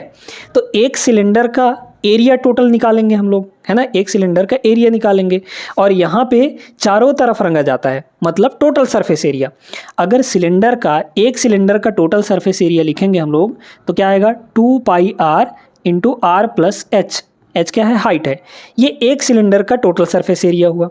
ठीक है, हमारे पास n सिलेंडर हैं, हमने n माना है, तो n सिलेंडर का टोटल सरफेस एरिया हो गया। अब इसमें बोला गया कि 1 वर्ग मीटर 14 रुपये में पेंट होता है, तो टोटल इतना एरिया कितने रुपए में पेंट होगा, 14 से मल्टीप्लाई कर लेंगे, सॉरी इक्वल टू 14 नहीं होगा, यहाँ पर मल्टीप्लाई 14 होगा। ठीक है, मल्टीप्लाई 14 आ जाएगा। ठीक ना, हमने यहाँ पर इस n को निकालने का जहमत नहीं उठाया, मतलब हमने कोशिश नहीं किया। क्यों नहीं कोशिश किया, अभी पता चल जाएगा आपको। देखिए, अब बड़े गौर से देखिए, इतना ही रुपए टोटल होगा, टोटल कॉस्ट इतना ही आएगा, है ना, टोटल कॉस्ट, ये टोटल कॉस्ट है। अब इसमें थोड़ा दिमाग लगाइए, डिविजिबिलिटी रूल इसीलिए पढ़ाया जाता है आपको। इसमें पाई है दोस्तों, पाई की वैल्यू होती है 22/7, है ना, 22/7, 7 ये 14 कट जाएगा। ये इस 22 में आपको छुपा हुआ दिख रहा है 11, एक यूनिक नंबर है 11, 11 इंटू 2 होता है, मतलब जो भी हमारा आंसर आएगा उसमें 11 का मल्टीप्लाई होके आएगा, यानी हमारा जो आंसर होगा वो 11 का कोई मल्टीपल होगा, 11 से कटने वाला कोई नंबर होगा, 11 से कटने वाला कोई नंबर चेक कर लीजिए, वही आपका आंसर हो जाएगा। ठीक है, तो अगर देखा जाए पहले ऑप्शन को, देखिए तो 2 और 5 7, 7 7 14 और यहाँ पर 4 2 6। 11 का डिविजिबिलिटी रूल क्या कहता है, अल्टरनेट अंकों को जोड़िए, यानी एक एक छोड़ के अंकों को जोड़िए और उनका डिफरेंस ले लीजिए। 2 और 5 7, 7 14 हो गया, है ना, फिर यहाँ पर 4 और 2 6 हो गया, इन दोनों का डिफरेंस लेना है हमें, 8 आया। क्या ये 8 जो डिफरेंस आया है, क्या ये 8 11 से डिविजिबल है, नहीं है, मतलब ये संख्या 11 से नहीं कटेगी, तो हमारा आंसर भी नहीं होगा ये वाला। ठीक है, दूसरे को चेक करते हैं। यहाँ देखिए 2 4 6, 6 और 5 11 हो गया, और ये 5 3 8, 11 और 8 का डिफरेंस 3 आएगा, है ना, तो इसमें 3 आया, 3 भी 11 से नहीं कटता है, ये ऑप्शन भी नहीं होगा। इसको चेक करिए, 3 2 5, 5 4 9, ठीक है, और यहाँ भी 9 हो गया, 5 4 9, तो 9 माइनस 9, 9 माइनस 9 ये आ जाएगा 0, मतलब 0 अब 11 से कटने वाला नंबर आया है, 0 11 से कटेगा कि नहीं, बिल्कुल कटेगा, तो option number C correct answer हो जाएगा। इसको भी चेक कर सकते हैं आप लोग, देखिए 3 2 5, 5 10, ये 10 हो गया और इधर 6 हो गया, तो 10 और 6 का डिफरेंस 4 आएगा, 4 आपका 11 से नहीं कटता है, डी ऑप्शन भी नहीं होगा आपका आंसर। ठीक है, तो एक ही ऑप्शन है सी जो 11 से डिविजिबल है, वही आपका आंसर होगा। इस टाइप के सवालों को थोड़ा दिमाग से लगाया करिए, ये नहीं कि पूरा सॉल्व करते लग जाएं, और सॉल्व करेंगे तो कम से कम ये सवाल आपको 2 मिनट तो ले ही जाएगा। ठीक है, इतना खतरनाक सवाल है। पहले आप लोग n की संख्या निकालेंगे, फिर इस चीज़ को मल्टीप्लाई करेंगे, तड़ाम झड़ाम करते रहेंगे, तब तक में आपका टाइम गया, और बाकी जो 2-4 प्रश्न बन रहे थे उनको छोड़ देंगे आप लोग, है ना, इस तरीके से। तो सही अप्रोच लगाना है हर एक सवाल को लगाने के लिए। इस सवाल को देखिएगा दोस्तों, ये सवाल बहुत बड़े बड़े स्टूडेंट्स को रुला दिया है। ठीक है, बहुत खतरनाक सा प्रश्न आया था, लेकिन सबसे सिंपल तरीका हम आपको यहाँ पर बता रहे हैं। एक डीलर 2 वस्तुओं x और y को 500 रुपये प्रत्येक में खरीदता है, दोनों का कॉस्ट प्राइस सेम है। ठीक है, जो बोला है आप यहाँ पर ध्यान से समझते जाइएगा। x, ऐसे क्वेश्चन की प्रैक्टिस जरूर कर लीजिएगा, आगे आने वाले एग्जाम में पूछा जा सकता है। पहले का कॉस्ट प्राइस कितना है, 500 रुपया, दूसरे का भी कॉस्ट प्राइस कितना है, 500 रुपये है। ठीक ना, अब आगे पढ़िए। वह उनमें से प्रत्येक पर समान अंकित करता है, समान मूल्य अंकित करता है, बढ़ा के कुछ अंकित करेगा, है ना, तो मार्क्ड प्राइस दोनों का सेम रखता है, मार्क्ड प्राइस दोनों का सेम रखता है। और मार्क्ड प्राइस होता क्या है, कॉस्ट प्राइस से कुछ बढ़ा के रखा जाता है ना। वह एक्स को 50% और 28% के 2 सक्सेसिव डिस्काउंट पर बेचता है, फिर भी लाभ के रूप में 958 रुपये कमा लेता है। ठीक है, 958 रुपये कमा लेता है प्रॉफिट। एक्स को जब बेच रहा है तो प्रॉफिट कमा रहा है। प्रॉफिट कितने का है यहाँ पे, 958 रुपये का प्रॉफिट कमा लिया। मतलब अगर कॉस्ट प्राइस 500 रुपये है और 958 रुपये को प्रॉफिट ले रहा है, प्रॉफिट कमा रहा है, तो बेचेगा कितने में। अब यहाँ पर सेलिंग प्राइस देख लीजिए, सेलिंग प्राइस 500 प्लस 958 यानी कि 1458 रुपये में बेच रहा है एक्स को। ठीक ना, अब सुनते जाइए। यदि वह वाई को 77% के एकल डिस्काउंट यानी सिंगल डिस्काउंट पर बेचता है तो वाई का लाभ प्रतिशत कितना होगा। सबसे पहले यहाँ पर वाई का मार्क्ड प्राइस निकालिए, और उसके लिए हमें चाहिए कि एक्स का मार्क्ड प्राइस निकाला जाए, है ना, एक्स का मार्क्ड प्राइस निकाला जाए। और अगर एक्स का मार्क्ड प्राइस निकल जाएगा तो वही वाई का भी मार्क्ड प्राइस होगा, क्योंकि बोला है यहाँ पर समान। है ना। तो सबसे पहले x का मार्क्ड प्राइस निकालते हैं। अब देखिए जो भी डिस्काउंट दी जाती है वो मार्क्ड प्राइस पर दी जाती है ना। ध्यान से देखते जाइएगा। हम मान रहे हैं कि x का जो मार्क्ड प्राइस है वो m है। थोड़ी देर के लिए समझिए, है ना, बड़े ध्यान से। x का मार्क्ड प्राइस m है। पहला डिस्काउंट 50% का दिया। 50% का मतलब होता है 1/2, मतलब 2 पर 1 का डिस्काउंट दे दिया तो 1/2 में ही बेचेगा। हम सेलिंग प्राइस लिख रहे हैं, ध्यान रखिएगा इस चीज़ को, ठीक है। फिर इसके बाद 28% का दूसरा डिस्काउंट देता है। 28% को अगर फ्रैक्शन में बदलेंगे तो 28/100 यानी कि 7/25, 7/25 है ना, होगा 7 चौक 28, 25 चौके 100, ठीक है। 25 पर 7 रुपये का डिस्काउंट दे दिया, मतलब 25 - 7 यानी कि 18, तो 18/25 में बेचा, 18/25 में बेचा, है ना। और विक्रय मूल्य है कितना, यही ना आया है x का विक्रय मूल्य, यानी ये किसके बराबर हो जाएगा यहाँ पर 1458 के बराबर हो जाएगा। तो m यानी मार्क्ड प्राइस यहाँ से कितना आ गया, थोड़ा काट पीट लीजिए, ये 9 आ जाएगा। 9 से इधर काटना चाहे काट सकते हैं, कोई दिक्कत नहीं है। फिलहाल अब आगे देखिए, तो हम अगर कहें कि यहाँ पर मार्क्ड प्राइस कितना आ गया, 25 उधर चला जाएगा, 9 नीचे आ जाएगा, तो ये हो गया 1458 और मल्टीप्लाई आपका 25 और डिवाइड बाई यहाँ पर 9 हो जाएगा। ये मार्क्ड प्राइस है और यही मार्क्ड प्राइस y का भी है, क्योंकि सेम है ना, y का मार्क्ड प्राइस है। अब इस y के मार्क्ड प्राइस पर 77% का डिस्काउंट देता है, मतलब बेचेगा कितने में, 77/100 यानी 100 - 77। भाई इसको अगर फ्रैक्शन में बदलेंगे तो क्या आएगा, 77/100 आएगा ना, मतलब 100 के सामान को 77 के डिस्काउंट पे बेच दिया, तो 100 - 77 यानी कि 23 आएगा, तो 23 में बेच दिया, 23/100 में बेच दिया, है ना, 23/100 आएगा यहाँ पे, इतने में बेच दिया। ये सेलिंग प्राइस है किसकी, y की सेलिंग प्राइस है ये y का सेलिंग प्राइस निकल आ गया। अब इसके पहले हमें क्या लिखना है, y का कॉस्ट प्राइस, क्योंकि लाभ जो होता है वो कॉस्ट प्राइस और सेलिंग प्राइस के बीच का रिलेशन होता है। तो कॉस्ट प्राइस कितना है y का, 500 रुपया है। बस हो गया आपका सवाल। इनका रेशियो ले लीजिए, आपका आंसर आ जाएगा। देख लीजिए कितना होगा, 25 से ये 2 20 बार में कटेगा, ठीक है, 25 से 2 बार में कट गया। इसके बाद 9 से इसको काट लीजिए, है ना, 9 से इसको अगर हम लोग काट लेंगे, 9 से कटेगा क्या, 9 × 9 5 बचा 55 हो गया, तो 9 × 6 = 54, है ना, 1 बचा 18, 9 दूना 18, 162 आ गया। अब नहीं कटेगा तो इसको इधर ले आइए, इसको 100 को इधर ले आइए, या फिर 2 से कट भी जाएगा, 4 से भी काट सकते हैं। ये 4 से कटेगा क्या, नहीं कटेगा 4 से, है ना, 2 से काट सकते हैं, काटना चाहें तो काट लीजिए। 2 से इसको काटेंगे 10 हो जाएगा, 2 से इसको काटेंगे 81 हो जाएगा, ठीक है। तो ये 100 जो इधर आके मल्टीप्लाई हो, क्योंकि डिनोमिनेटर में हमें सिंपल रेशियो में चाहिए, 100 10 से मल्टीप्लाई होगा तो 1000 बना कॉस्ट प्राइस। इधर 81 को 23 से मल्टीप्लाई करिए तो 81 तियाँ कितना हो जाएगा, या फिर हाँ ठीक है चलिए 81 तियाँ तो 8 3 24, 243, 243 का 3 हासिल बचा यहाँ पर 24 आपका। फिर 81 दूना 162, 162 में 24 जोड़ लीजिए, 162 में 24 जोड़ लेंगे तो ये 6 8 और 1 186 आ गया, तो 1863। ये आपका कॉस्ट प्राइस और सेलिंग प्राइस के बीच का रेशियो मिल गया दोस्तों। अब हमें प्रॉफिट निकालना है। इस पर देख लीजिए कितने का प्रॉफिट है, 863 का प्रॉफिट है, 863 का यहाँ पर प्रॉफिट है।